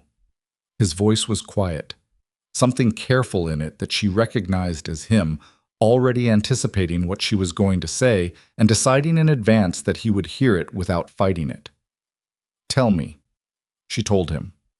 All of it. What she'd said to Constance in the car, the logic of it, the necessity. She told it plainly without softening it and without apologizing for it and without the editorial that might have made it easier to hear. She told him that Rodriguez needed to come back online, that whatever arrangement existed needed to dissolve, that Damiano's name and world needed to be surgically removed from every element of the hearing. The silence on the line when she finished lasted long enough that she checked her screen to make sure the call was still connected. You're asking me to make you vulnerable, he said finally. I'm asking you to let me stand on my own ground. Those aren't the same thing. They are the same thing, she said. I know you can't see it that way. But Damiano, if the only way I win this is because you managed what could be used against me, then what I win is a version of my name that has your fingerprints on it. And I cannot... Her voice tightened. She controlled it. I will not let that be what this is. Another silence. Rodriguez, he said. Yes. If he testifies, I know what he might say. Zaria, what he might say could cost you everything. I know that too. The silence this time had a different quality. She heard him breathing. She heard faintly the city behind him wherever he was. Traffic, wind, the particular ambient texture of night in this place they both called home. "I need you to understand something," he said. His voice had dropped, and she knew this voice, this register. It was the one he used when he was setting aside every layer and speaking from the place underneath. "When I walked into that ballroom, it wasn't strategy. I wasn't calculating how it would look. I heard what he said to you." A pause. "I have never in my life moved toward something without knowing exactly what I was moving toward. That night I didn't know. I just moved." Her throat tightened. "I know," she said. "This is the same thing. I can stand still if you need me to stand still. But I need you to know it costs me something." "I know it does." She closed her eyes briefly. "That's why I'm telling you instead of just doing it." A long exhale on his end. "Rodriguez," he said again. "I'll make the call tonight." "Thank you." "Zarya." His voice shifted again, back to the careful register. "If it goes wrong in that room, then it goes wrong. And after." "After," she said. "You can burn whatever you want to the ground, but not before." She heard something that might have been the closest thing Damiano Moretti ever came to a quiet laugh. "After," he said. "All right." She hung up and looked at the cup of pencils and picked one up and started to work. 12 days compressed into something that didn't feel like time. It felt like architecture, like the process of building something under pressure, where each element had to be precisely placed because there was no tolerance for error, where the structure was only as strong as its weakest joint. She slept in 4-hour increments. She ate when Dana put food in front of her. She worked at the drafting table and in Constance's office, and on her kitchen floor surrounded by photographs of documents. And she built the case the way she had built Safe Haven itself. From the foundation up, load-bearing elements first, no decorative details until the structure could stand on its own. Priya flew in from Portland 5 days before the hearing. She arrived with a rolling suitcase and the focused calm of someone who had decided what they were doing and was done negotiating with themselves about it. She sat across from Constance for 4 hours and gave her testimony in full, twice, while Constance's associate tested it for weak points and found very few. "He's going to say I'm doing this out of loyalty to you," Priya said during a break. "He is," Constance confirmed. "And I'll say I'm doing it out of loyalty to the truth." Priya looked at Zarya. "Which happens to coincide with loyalty to you. I don't see that as a problem." Dr. Osei filed her full forensic report on day 8, 42 pages. The paper stock findings, the ink composition findings, a comparative analysis of signature characteristics across 6 authentic samples of Zarya's known signature versus the document in question. The conclusion was stated with the precision of someone who had learned to choose language with a scalpel. The probability that the document in question was created at the stated date was, in her professional opinion, extremely low, below 5%. She would not say impossible. She had learned in federal courtrooms not to say impossible. But she would say that she had examined documents in 3 criminal fraud cases and that the pattern of inconsistencies in this document was consistent with deliberate fabrication. Zarya read the report 3 times. On day 10, Celeste Duval sat across from Constance and gave her testimony about the supply orders and the paper stock and what she had seen inside Marcus Hale's firm. She was precise and unhurried, and when Constance tested her with difficult questions, she answered them without flinching. She had brought the original supply order documentation in an archival folder. The dates were clear. The paper stock identifier matched exactly. The person who had placed the order was logged. Celeste had been copied on the order. "He'll say you fabricated these," Constance said. "He can say it," Celeste said. "The firm's purchasing system logs every order automatically.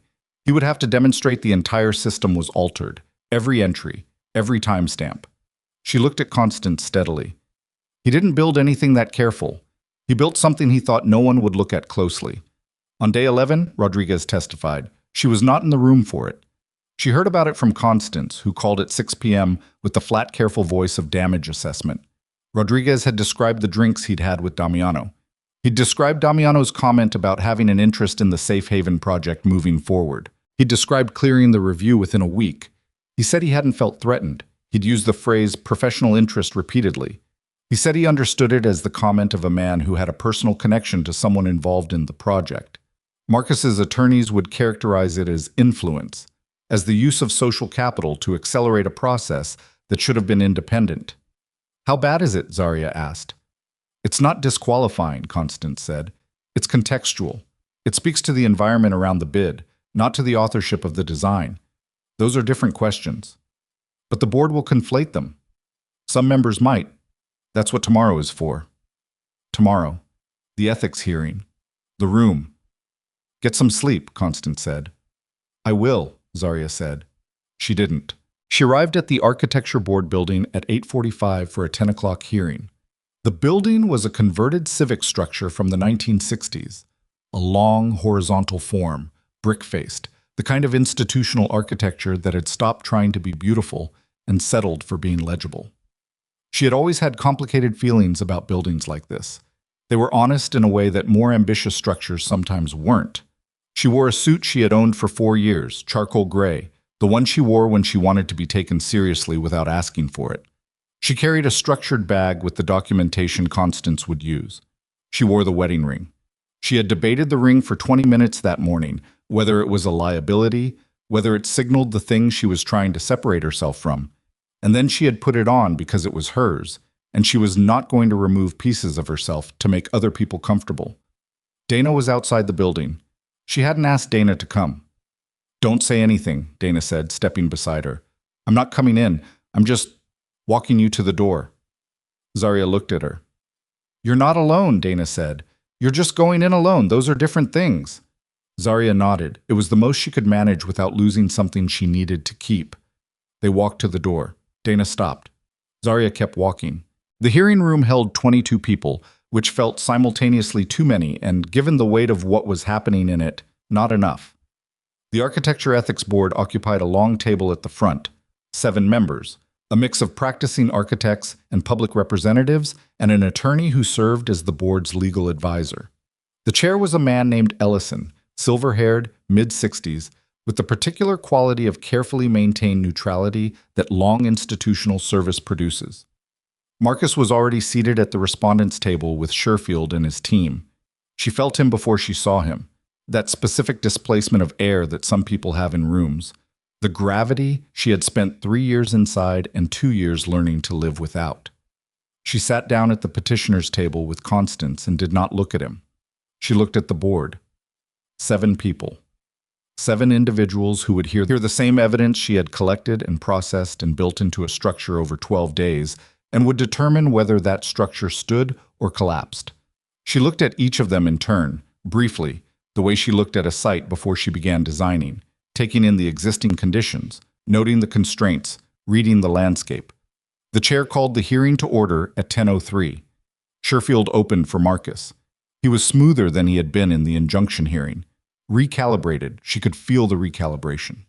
He had abandoned the direct attack on her credibility and pivoted to something more sophisticated. He presented Marcus as a man who had developed a concept inspired by community conversations and years of work in underserved neighborhoods, who had been misled by incomplete information about prior claims on the project, who had engaged in good faith with all city processes. He was painting a man who had made administrative errors rather than committed fraud. He introduced Rodriguez's testimony with careful framing. He used the phrase undue influence 3 times, each time in relation to Zarya, each time just specific enough to plant the image without being specific enough to be directly refuted. Constance took notes. Zarya sat still and breathed and looked at the board and watched which members were responding to what. There was a woman in the 3rd seat from the left, a practicing architect named Harriet Beaumont, who had been on the board for 9 years and who had a reputation for asking the questions no one else wanted to ask. She was watching Sherfield with an expression that was not neutral. It was the expression of someone running calculations. Zarya noted it. When Sherfield finished and Constance began, the room's energy shifted in a way that was almost physical. Constance did not waste a sentence. She placed the concept sketches before the board first. Originals, archivally preserved, dated in Zarya's own hand, and she walked the board through them with the patience and precision of someone who knows they are building a structure that has to hold. She introduced the metadata report. She introduced the partial email chain. She introduced Priya, who testified in a composed and specific voice that described the model, the date, the The drive across the city, in the rain, with the moving blanket, and the fear of potholes, with the kind of detail that cannot be manufactured on short notice. She introduced Dr. Osei's report. She summarized it and allowed Dr. Osei herself, present via video connection, her face calm and her language exact, to walk the board through the forensic findings. Harriet Beaumont asked 2 questions during Dr. Osei's testimony. Both were specific and probing, and both were the right questions.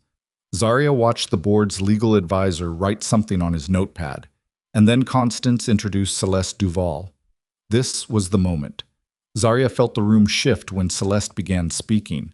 A different kind of shift, the particular quality of attention that changes when a room understands it, is hearing something it did not expect to hear from someone it did not expect to hear it from. Celeste was composed and precise, and she had the specific authority of someone who had worked inside the machine she was describing. She explained the supply orders without drama. She explained the paper stock identifier without flourish. She presented the documentation with the economy of someone who knows the facts are sufficient and does not need to perform them. Sherfield objected, twice. The chair overruled him both times with a look that communicated diminishing tolerance. When Celeste finished, the room was quiet. Marcus shifted in his chair. It was the first physical tell he'd shown all morning. A small adjustment, a repositioning, the kind of movement a man makes when he is recalculating. Then Sherfield stood and said he would like to address the Rodriguez testimony in the context of the petitioner's relationship with Damiano Moretti. The chair looked at Constance. Constance said, "The board should understand that the Rodriguez conversation involved no financial transaction, no explicit request for intervention, and no connection to the design or authorship of Safe Haven. The question before this board is one of creative origin, not municipal process. Mr. Rodriguez's testimony, taken in full, describes a man expressing personal interest in his wife's professional success. It does not describe an exchange that affected the design process in any way." Sherfield said, "It describes a pattern of influence that casts doubt on the integrity of everything connected to this petitioner's claim." Constance said, "Mr. Sherfield is asking this board to reject documented physical evidence of forgery on the basis of an unrelated conversation about a planning review. That's not a legal argument. That's a distraction." Harriet Beaumont leaned forward. "Mr. Sherfield," her voice was even, "you are asking this board to discount forensic evidence of paper and ink inconsistencies dated after your client's document. Based on what exactly?" Sherfield began a sentence about the totality of circumstances.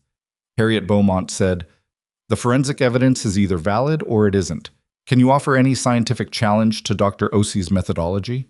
Sherfield said he would like to call his own expert. The chair said the board would take a 15-minute recess. The hallway was fluorescent and too warm and smelled of institutional carpet. Zaria stood near a window and drank water from a bottle Constance had given her and looked at the parking lot below.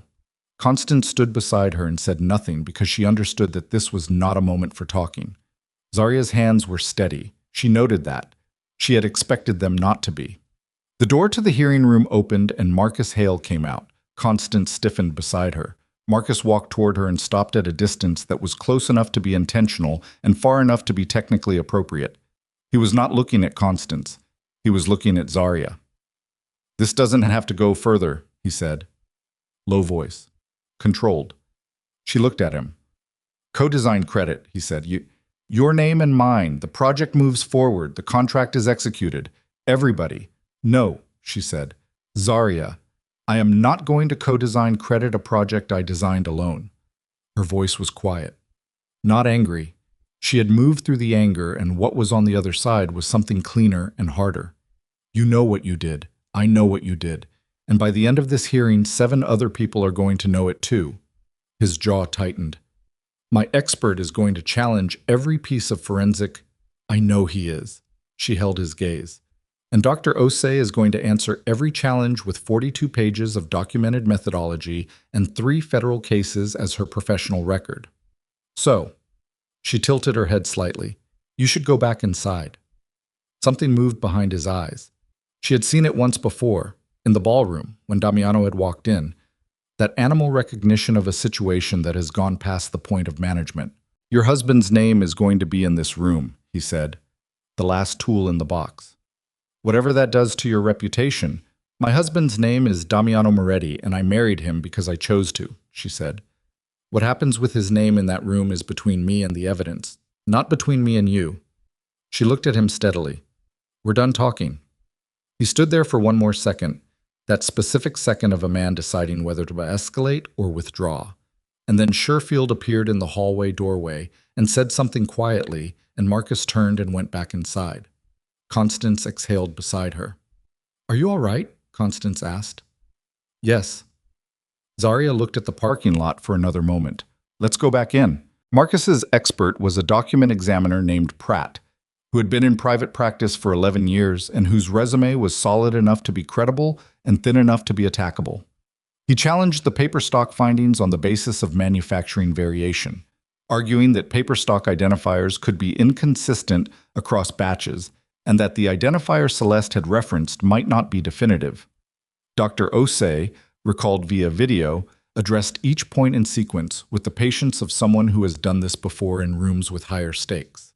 She acknowledged the manufacturing variation argument and then explained why it did not apply to this specific case, because the identifier in question was not a batch code, but a production line code that had been retired entirely when the manufacturer updated its facilities. There was no version of the variation argument that placed paper with that specific code in existence before the facility update. Pratt said he would need to examine the physical paper. The chair said the physical paper had been submitted to the board's custody for examination. Pratt said he would need additional time. Harriet Beaumont said, Mr. Pratt, the production line code argument. Are you prepared to testify today that paper manufactured on a retired production line could be commercially available after that line's documented closure?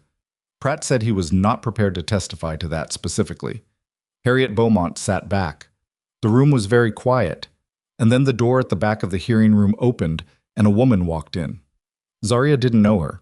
She was in her 50s, simply dressed, moving with the specific economy of someone who is nervous, but has decided the nervousness is not going to stop her. She carried a manila envelope. She said something to the board clerk at the door. The clerk looked at the chair. The chair said, We're in the middle of a hearing. The woman said, I know. I'm sorry. My name is Patricia O.C. James. I was the lead architect on a community center project in the Westfield district 6 years ago. She paused. I need the board to see something. Sherfield objected loudly. The chair looked at the woman for a moment, then at the envelope, then back at the woman. How is this relevant to the current proceeding? Because, Patricia O.C. James said, when I was working on that community center, I consulted with another architect about corridor design, specifically about designing corridors that don't make people feel cornered. She looked at the board. That architect was Zarya Brooks, and she showed me sketches from a shelter project she was developing. I took a photograph of one of them with my phone because I wanted to reference the principal later. She held up the envelope. I still have the original photograph, with the metadata. The date on my phone camera was 6 years and 3 months ago. The room did not go quiet gradually. It went quiet all at once. Zarya felt something happen in her chest. Not relief, not yet, but the precursor to it, the shift in pressure that happens before weather breaks. She had not known about Patricia O.C. James. She had not arranged this. She had not asked anyone to find this woman or contact her or bring her to this room. This was someone who had seen a thing and when the moment came had decided to say so. The chair looked at the envelope. Approach, he said. Patricia O.C. James walked to the front of the room and handed over the envelope and then looked at Zarya. Just for a moment, just a direct, level look. And Zarya looked back and did not look away. The board's legal advisor examined the photograph for 2 minutes. He passed it to the chair. The chair passed it down the row. When it reached Harriet Beaumont, she held it for longer than the others. She looked at the sketch in the photograph. Loose, searching lines, the kind of drawing you make when you're figuring something out. And at the date stamp in the photograph's corner and at the text in the photo's metadata panel that Patricia had printed out and included. Then Harriet Beaumont looked at Marcus Hale. It was not a long look. It was not theatrical. It was the look of a person who has been in her profession for enough years to know what she is looking at when she sees it. Marcus Hale was looking at the table in front of him. Sherfield leaned over and said something in his ear. Marcus did not respond. Mr. Hale, the chair said. His voice had changed.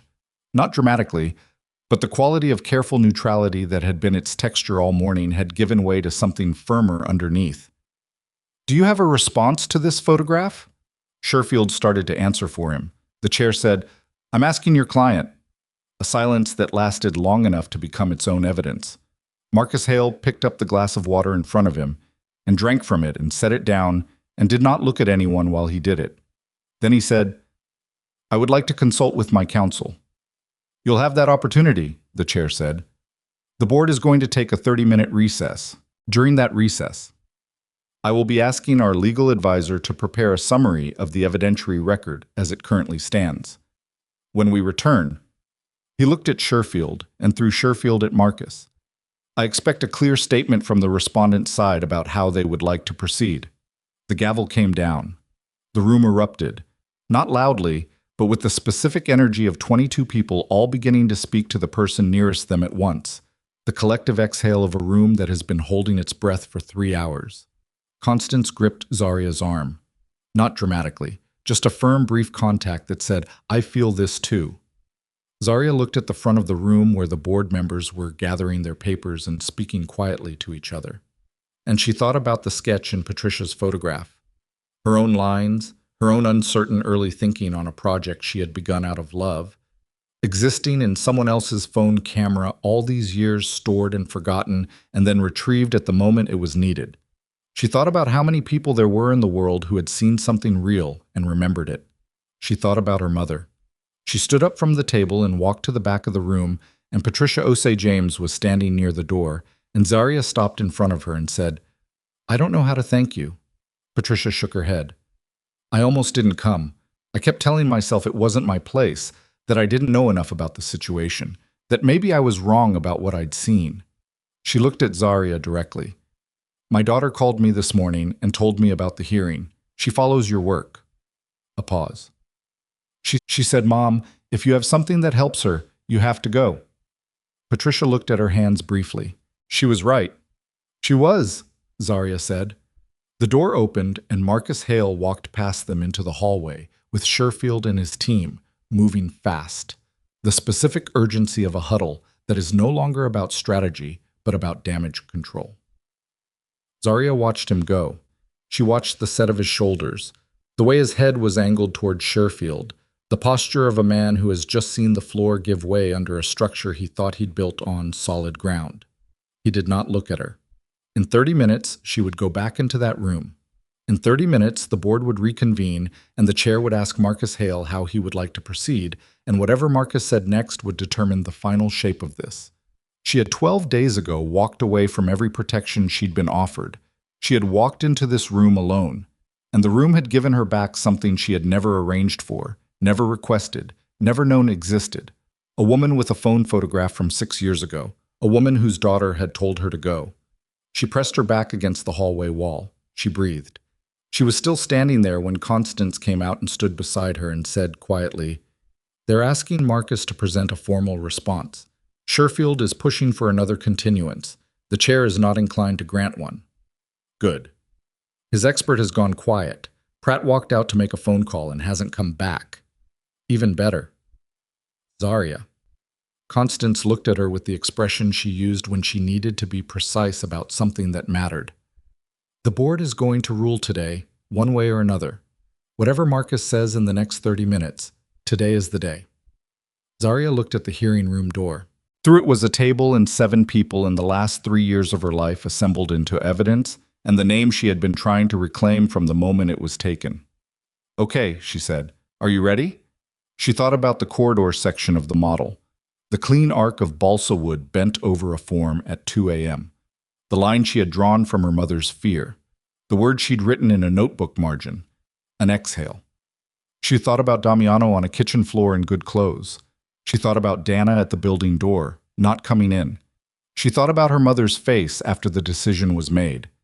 "Yes," she said. And the door at the end of the hallway opened, and the clerk said the board was ready to reconvene, and Zaria Brooks pushed off the wall and walked back into the room where her name was. The room reconvened at 11:47. Zaria was seated at the petitioner's table before the board members had fully settled into their chairs.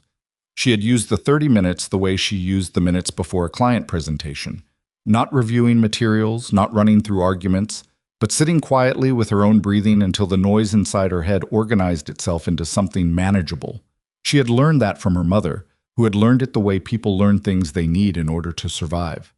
The chair, Ellison, looked older than he had at 10 o'clock. Not dramatically, just the particular fatigue that gathers around a person's eyes when they have spent the morning carrying something heavier than they anticipated carrying. He arranged his papers with the deliberate care of someone buying a few extra seconds. Marcus was back at the respondent's table. Sherfield was beside him. The consultant was gone, the young organized one who had been managing details that morning. Her chair was empty. Zarya noticed the empty chair and noted what it probably meant about Sherfield's calculation of the afternoon's prospects. Marcus was looking at the table in front of him, still. The same posture he'd had when the chair had asked him to respond, and he'd reached for his water glass instead. She watched him from across the room, the set of his jaw, the way his right hand was resting flat on the table with a quality of deliberateness, a man keeping his hand still because the alternative was visible. She looked away from him.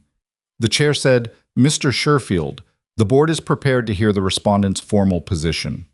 Sherfield stood. He was still composed. That was his professional quality, the composure of a man who had been paid to be composed in difficult rooms. But the composition was costing him more than it had this morning. There were tells.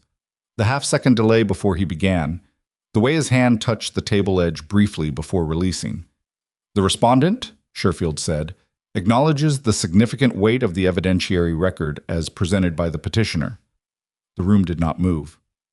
In the interest of the board's time and in recognition of the complexity of the evidentiary questions raised today, particularly with respect to the forensic findings, the respondent wishes to request a period of 30 days to conduct an internal review and consider whether a formal concession of certain elements of the petitioner's claim may be appropriate.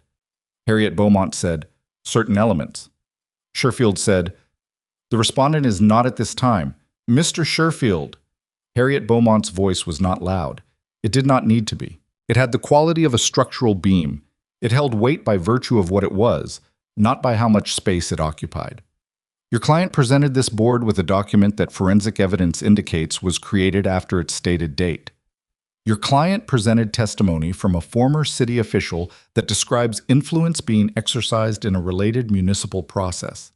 Your client presented a witness declaration from a former colleague that your own investigative record shows received a referral fee from your client's firm 2 weeks before signing. She paused. What elements specifically is your client conceding? A silence that lasted long enough to be its own statement. Constance did not move beside Zarya, did not write anything, just sat. Zarya watched Sherfield. Sherfield said, "The respondent is prepared to acknowledge that the petitioner may have prior development claims on certain conceptual elements of the Safe Haven project." Harriet Beaumont said, "May have."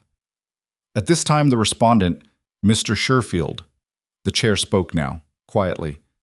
"This board has before it forensic evidence of document forgery, testimony from a direct witness to the original work, metadata establishing creation dates that predate your client's claimed development by several years, and a photographic record taken independently by a third party with no connection to this proceeding." He looked at Sherfield over the top of his reading glasses, with the expression of a man who has reached the limit of his patience and would like this acknowledged. "I'm going to ask your client directly, in this room, on the record, Mr. Hale." Marcus looked up. His eyes met the chair. Then, very briefly, they moved to Zarya. She held his gaze. She had thought about this moment. She had imagined it various ways during the 12 days of preparation, during the nights she didn't sleep, during the drives to Constance's office and the hours at the drafting table. She had imagined feeling something dramatic, triumph or grief or the hot specific satisfaction of watching a man face the consequence of what he'd done. What she actually felt, sitting in that chair, watching Marcus Hale look at her across a hearing room full of people waiting for him to say something true, was something quieter than she expected. She felt tired, and she felt underneath the tired something that surprised her, something she would not have words for until much later, until she was alone. Not forgiveness. She was not there yet, and might not be for a long time, but a release of the specific energy it took to carry what he had done, the weight of it. The years of it. The way it had lived in her chest since she first understood what he had taken. She let it shift. Not let go. Shift. Marcus Hale looked at the chair and said, "The project was designed by Zaria Brooks." He said it the way a man says something that has been building behind a wall for long enough that when the wall comes down, the words arrive with a kind of blunt inevitability. Not loudly, not dramatically, just finally. "The design is hers," he said. "The original concept, the design philosophy, the architectural development, it's hers." The room's quiet deepened into something different. The chair looked at his legal advisor. The legal advisor wrote something. Harriet Beaumont looked at the table in front of her. The board member at the far end, a man who had said nothing all morning, put down his pen. Sherfield said, in the careful voice of a lawyer pivoting to damage containment, "The respondent wishes to formally withdraw the transfer document from the evidentiary record and acknowledges that the document does not reflect." "We're aware of what it does not reflect," the chair said. He did not look at Sherfield when he said it.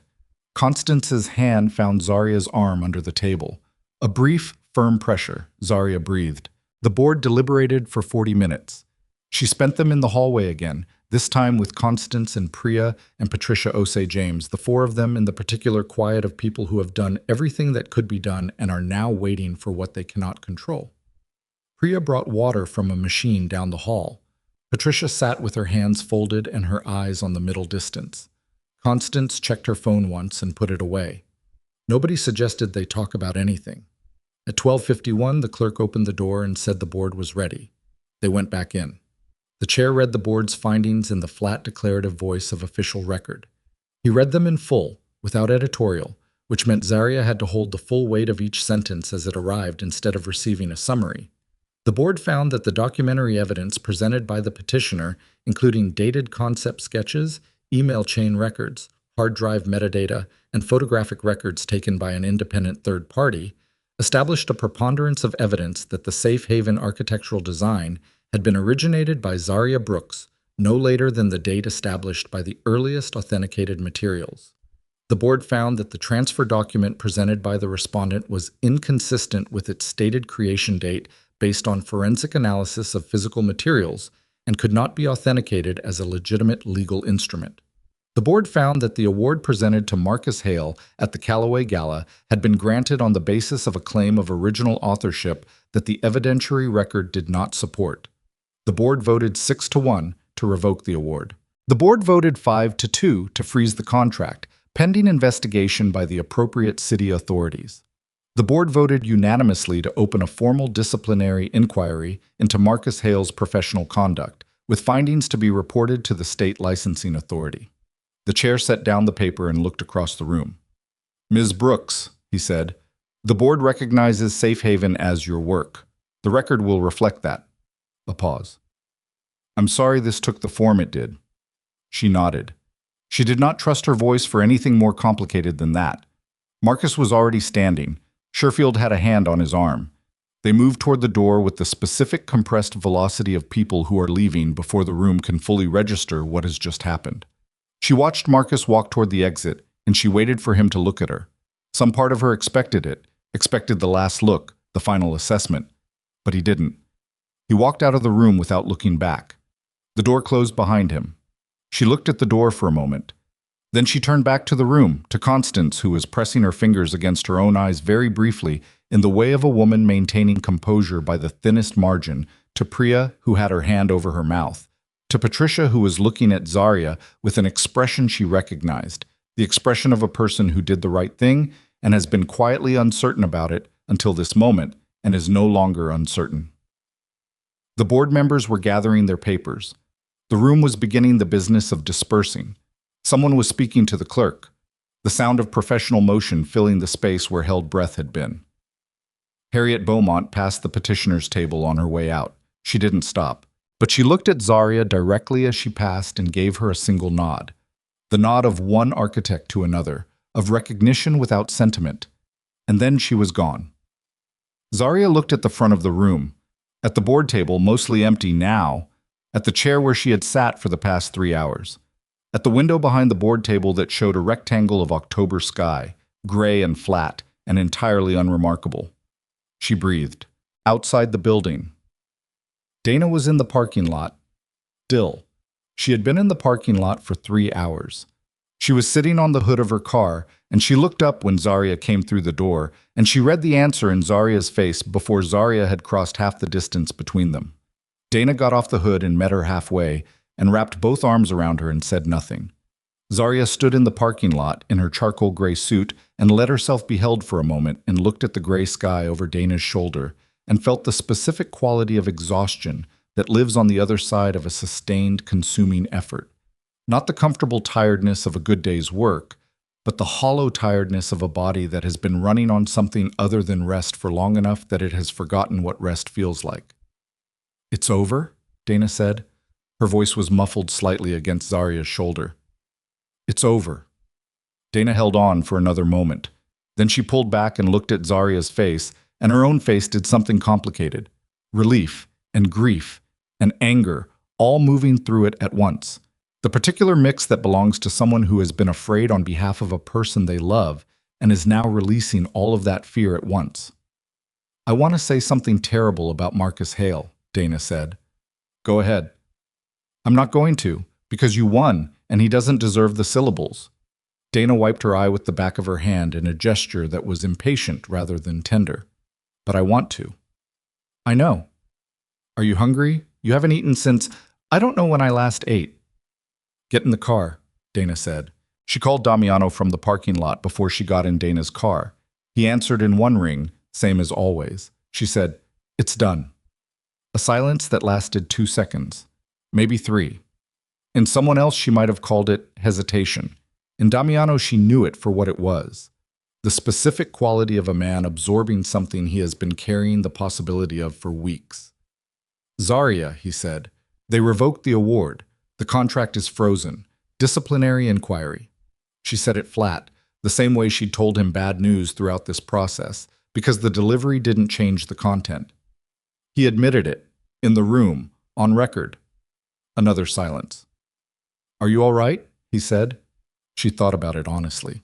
"I'm tired." "That's not what I asked." "It's what I have right now." She looked at the building she'd just come out of. The brick facade, the horizontal form, the honest plainness of it. "I'll be all right. I'm not there yet." "Okay. Come home tonight?" She said it without particularly planning to say it. It arrived the way some true things arrive, not chosen, just present. "I'm already on my way," he said. She almost asked how he'd known, and then she didn't, because she knew how he'd known. He had been on his way since the moment the 30-minute recess had ended, and he had no longer been able to manage the distance. "Don't speed," she said. "I don't speed." "Damiano." "I'll be there by 7, he said. She got in Dana's car. They ate at a diner 12 blocks from the building because Dana said she needed something that came on a plate with a side, not in a container. They sat in a booth by the window, and Zarya ate eggs and toast at 1 in the afternoon without caring about the time, and Dana ate a burger, and they didn't talk about Marcus or the hearing or the board's ruling or anything that had happened in the last 12 days. Dana talked about a project she was working on, a renovation, a difficult client who kept changing the floor plan mid-design. She talked about it with the particular comic exhaustion of a professional describing the specific absurdity of their field to someone who understands the specific absurdity of their field. Zarya listened and asked questions and ate her eggs. It felt like being given something back. Not the name, not the project. Those had been returned in a formal room with a gavel. This was something smaller and more necessary. The ability to sit in a booth and talk about floors. "What happens with the contract?" Dana asked eventually. "The safe haven contract. If it's frozen, there'll be a process. It'll take time. The city has to rebid it, probably." Zarya turned her coffee cup in her hands. "Could be 6 months. Could be a year." "And the shelter? The women who need it?" "They still need it." She looked at the window, at the street outside, people moving past with the complete indifference of strangers who don't know what room you just came out of. "The funding question is separate from the design question. The design is mine. The funding, that needs to be solved differently." Dana was quiet for a moment. "How?" Zarya thought about it. "I don't know yet," she said, "but not the way I almost let it be solved." She paused. "Damiano would have written a check." 6 months ago, a year ago, I almost let that happen. I kept telling myself it was practical. It was just money. The shelter mattered more than the principle. She stopped. But the shelter is the principle. The whole reason it exists is because my mother needed a place that belonged to her. Not to a man who provided it, not to anyone's money or anyone's name. Hers. She looked at the coffee cup. That's what it has to be. Dana looked at her for a long moment.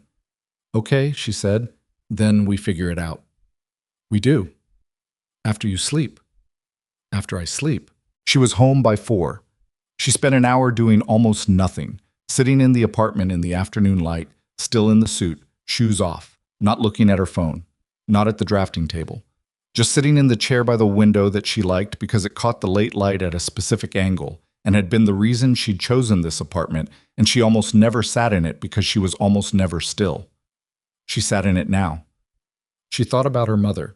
She thought about the first time she'd told her mother about Safe Haven, not as an architectural project, not with drawings, but as an idea.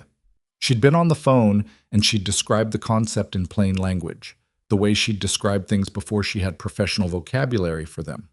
A place where the entry feels like an exhale. A kitchen at the center because the center is where safety lives. Windows placed so you can always see the gate. Her mother had gone very quiet on the phone. Then she'd said, "You know that from me." And Zarya had said yes. And they'd stayed on the phone without talking for a while, which was something they did sometimes, had always done. The particular comfort of shared silence between two people who have the same origin wound and have found different ways to carry it. She picked up the phone and called her mother. Her mother answered on the second ring and said, "Tell me." Zarya told her. She told it fully, from the gala night to the hearing room to the parking lot, and her mother listened without interrupting, which was not her natural mode. Her mother was a woman who engaged with stories actively, who asked questions and interjected reactions. And the silence she held through the telling was its own response, the silence of someone receiving something they have been waiting for. When Zarya finished, her mother said, "The board put your name on the record." "Yes." "Your name, not his." "Yes." A long exhale. Not quite a sound, more a quality of breath. "I want to see that building when it's built," her mother said. "I know. I want to walk through that entry." "You will," Zarya said. "I promise you that." They stayed on the phone for a while after that without saying much. Damiano arrived at 6:53. She heard his key in the lock and was still in the chair and did not get up, because her body had finally stopped pretending it had resources it didn't have and had simply refused to provide the energy for standing. He came in and looked at her in the chair and looked at the suit and the shoes on the floor and the apartment that had the quality of a place where someone had been sitting very still for a long time. He sat on the footstool in front of her chair. This was something he did, not crowding, not hovering, but finding a position close to her that didn't require her to perform energy she didn't have. She had once asked him where he had learned to do that, and he hadn't been able to answer, which she suspected meant he'd learned it from the same place you learn anything that costs you nothing to give. He looked at her. "Tell me," he said. "I told you on the phone." "Tell me the parts you didn't tell me on the phone." She looked at him, at the way the early evening light from the window was falling across the left side of his face, at the particular steadiness in his eyes that had once unsettled her, and now felt like weather she had learned to read. He said it in the room, in front of the board, on record. She paused. He said the design was mine. Something moved in Damiano's face. She watched it.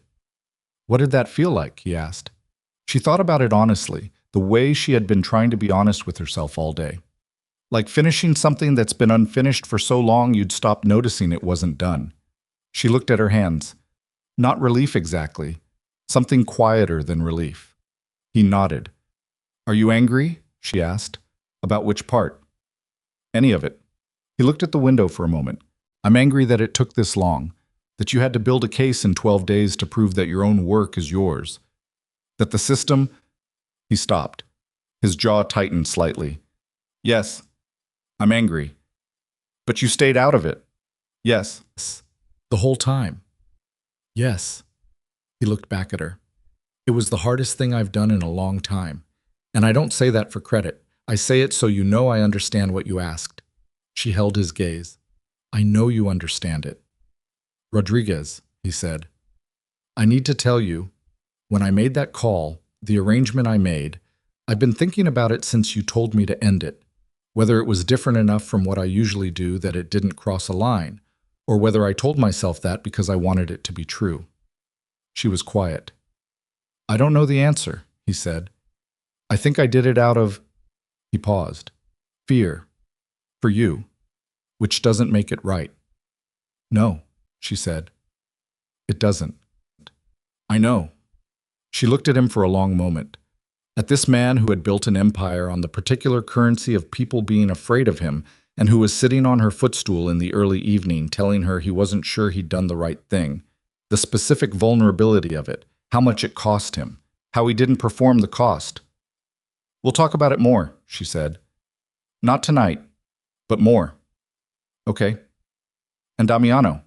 She leaned forward slightly in the chair, closing the distance between them. What you did at the gala, coming in, standing beside me. She let herself say it fully, without the self-protective irony she usually wrapped around tender things. That was the right thing, the way you did it, not in front of me, just there. He looked at her with an expression she had seen a handful of times in 3 years, the one that had appeared when she said something that reached past all of his careful management of what he showed. I know you could have made that room very small for him, she said, and you didn't. You didn't want me to. I know, but you understood why.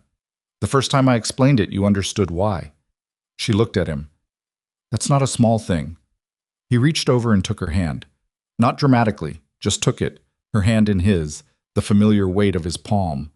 They sat like that in the chair and the footstool while the October light finished its business with the window and the room went gradually, peacefully darker. The investigation into Marcus Hale took 4 months. It was not clean or quick or satisfying in the way that justice in stories is often clean and quick and satisfying. There were delays and motions and periods where nothing seemed to be happening, and then periods where too much was happening at once. His architectural license was suspended pending the outcome of the state licensing board inquiry. The criminal fraud investigation moved with the particular pace of legal processes that are thorough rather than dramatic. David Park issued a public clarification stating that his declaration had been prepared under circumstances he now considered coercive and that he was retaining his own counsel. Nobody was particularly surprised. Celeste Duval started her own practice.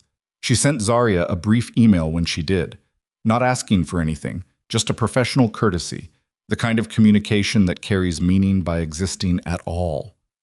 Zaria wrote back and wished her well. She meant it. Priya flew back to Portland and sent photographs of her students' thesis models in the spring because she thought Zaria might enjoy them. Zaria sent back a long response about one of the designs that turned into an email correspondence that continued for months. Patricia Osei James and Zaria had lunch in January. They talked about corridor design for most of it and found that they had strong and not entirely aligned opinions on the subject, which made the lunch more interesting than most professional lunches. The funding campaign for Safe Haven launched on a Tuesday morning in late November. Zaria built it the way she built everything. From the foundation up, no borrowed gravity, nothing that didn't belong to the structure itself. She reached out to survivors' advocacy organizations and asked what they needed from a building, and then she listened to the answers. She reached out to architectural firms in the city and asked who wanted to volunteer design consultation, and 12 firms responded.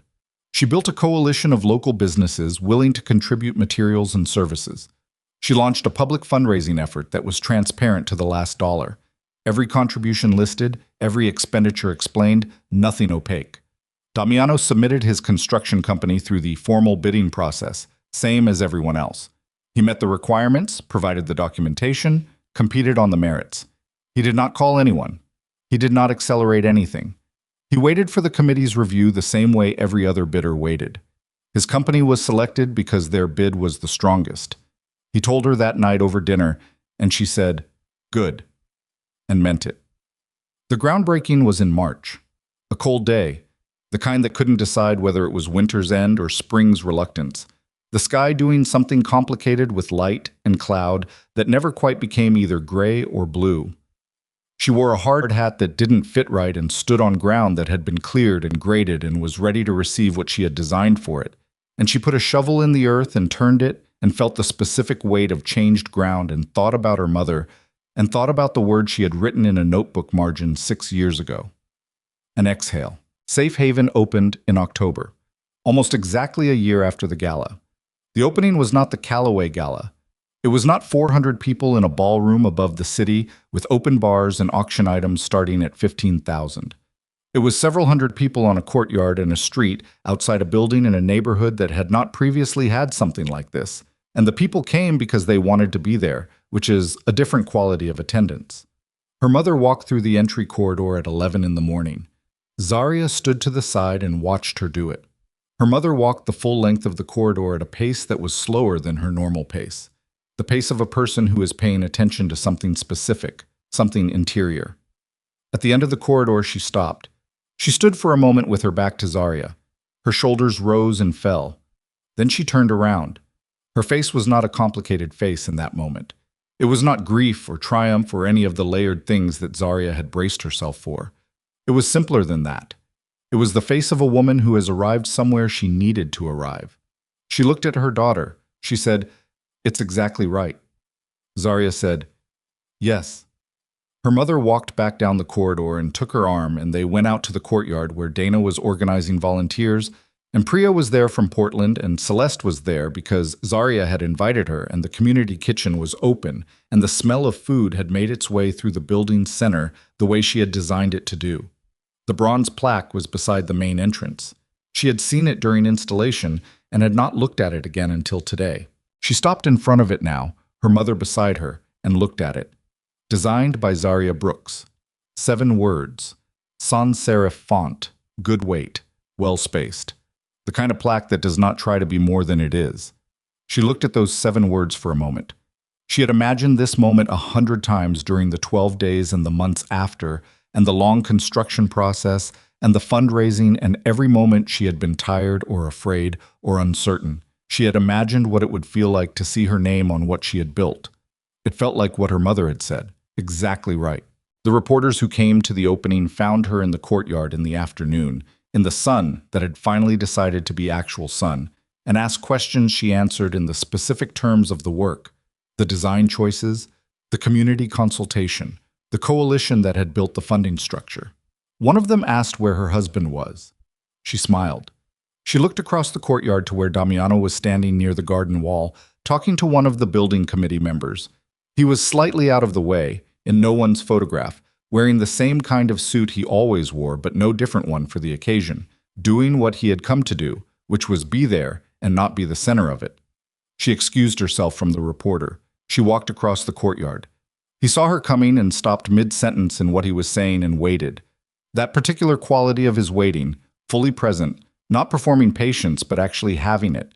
She reached him and stood beside him, and he looked at her with the expression she had learned to locate in the past 3 years. The one that wasn't performance and wasn't management and was just him, looking at her in this specific moment in the sun. "How does it feel?" he asked. She thought about how to answer honestly. She thought about her mother in the corridor, about the plaque, about the notebook margin 6 years ago, and the broken model, and the cold parking lot, and the hearing room and the kitchen floor. She took his hand. "Not behind me," she said. "Not in front of me." He understood. He always understood. "Right beside me," she said. The courtyard was full of people. The building was full of light. Somewhere inside, in the kitchen at the center of it, something was being made that would feed someone who needed to be fed. The woman everyone had underestimated stood in the sun beside the man who had never taken her spotlight, and she breathed, and it was exactly what she had built it to be. An exhale. End.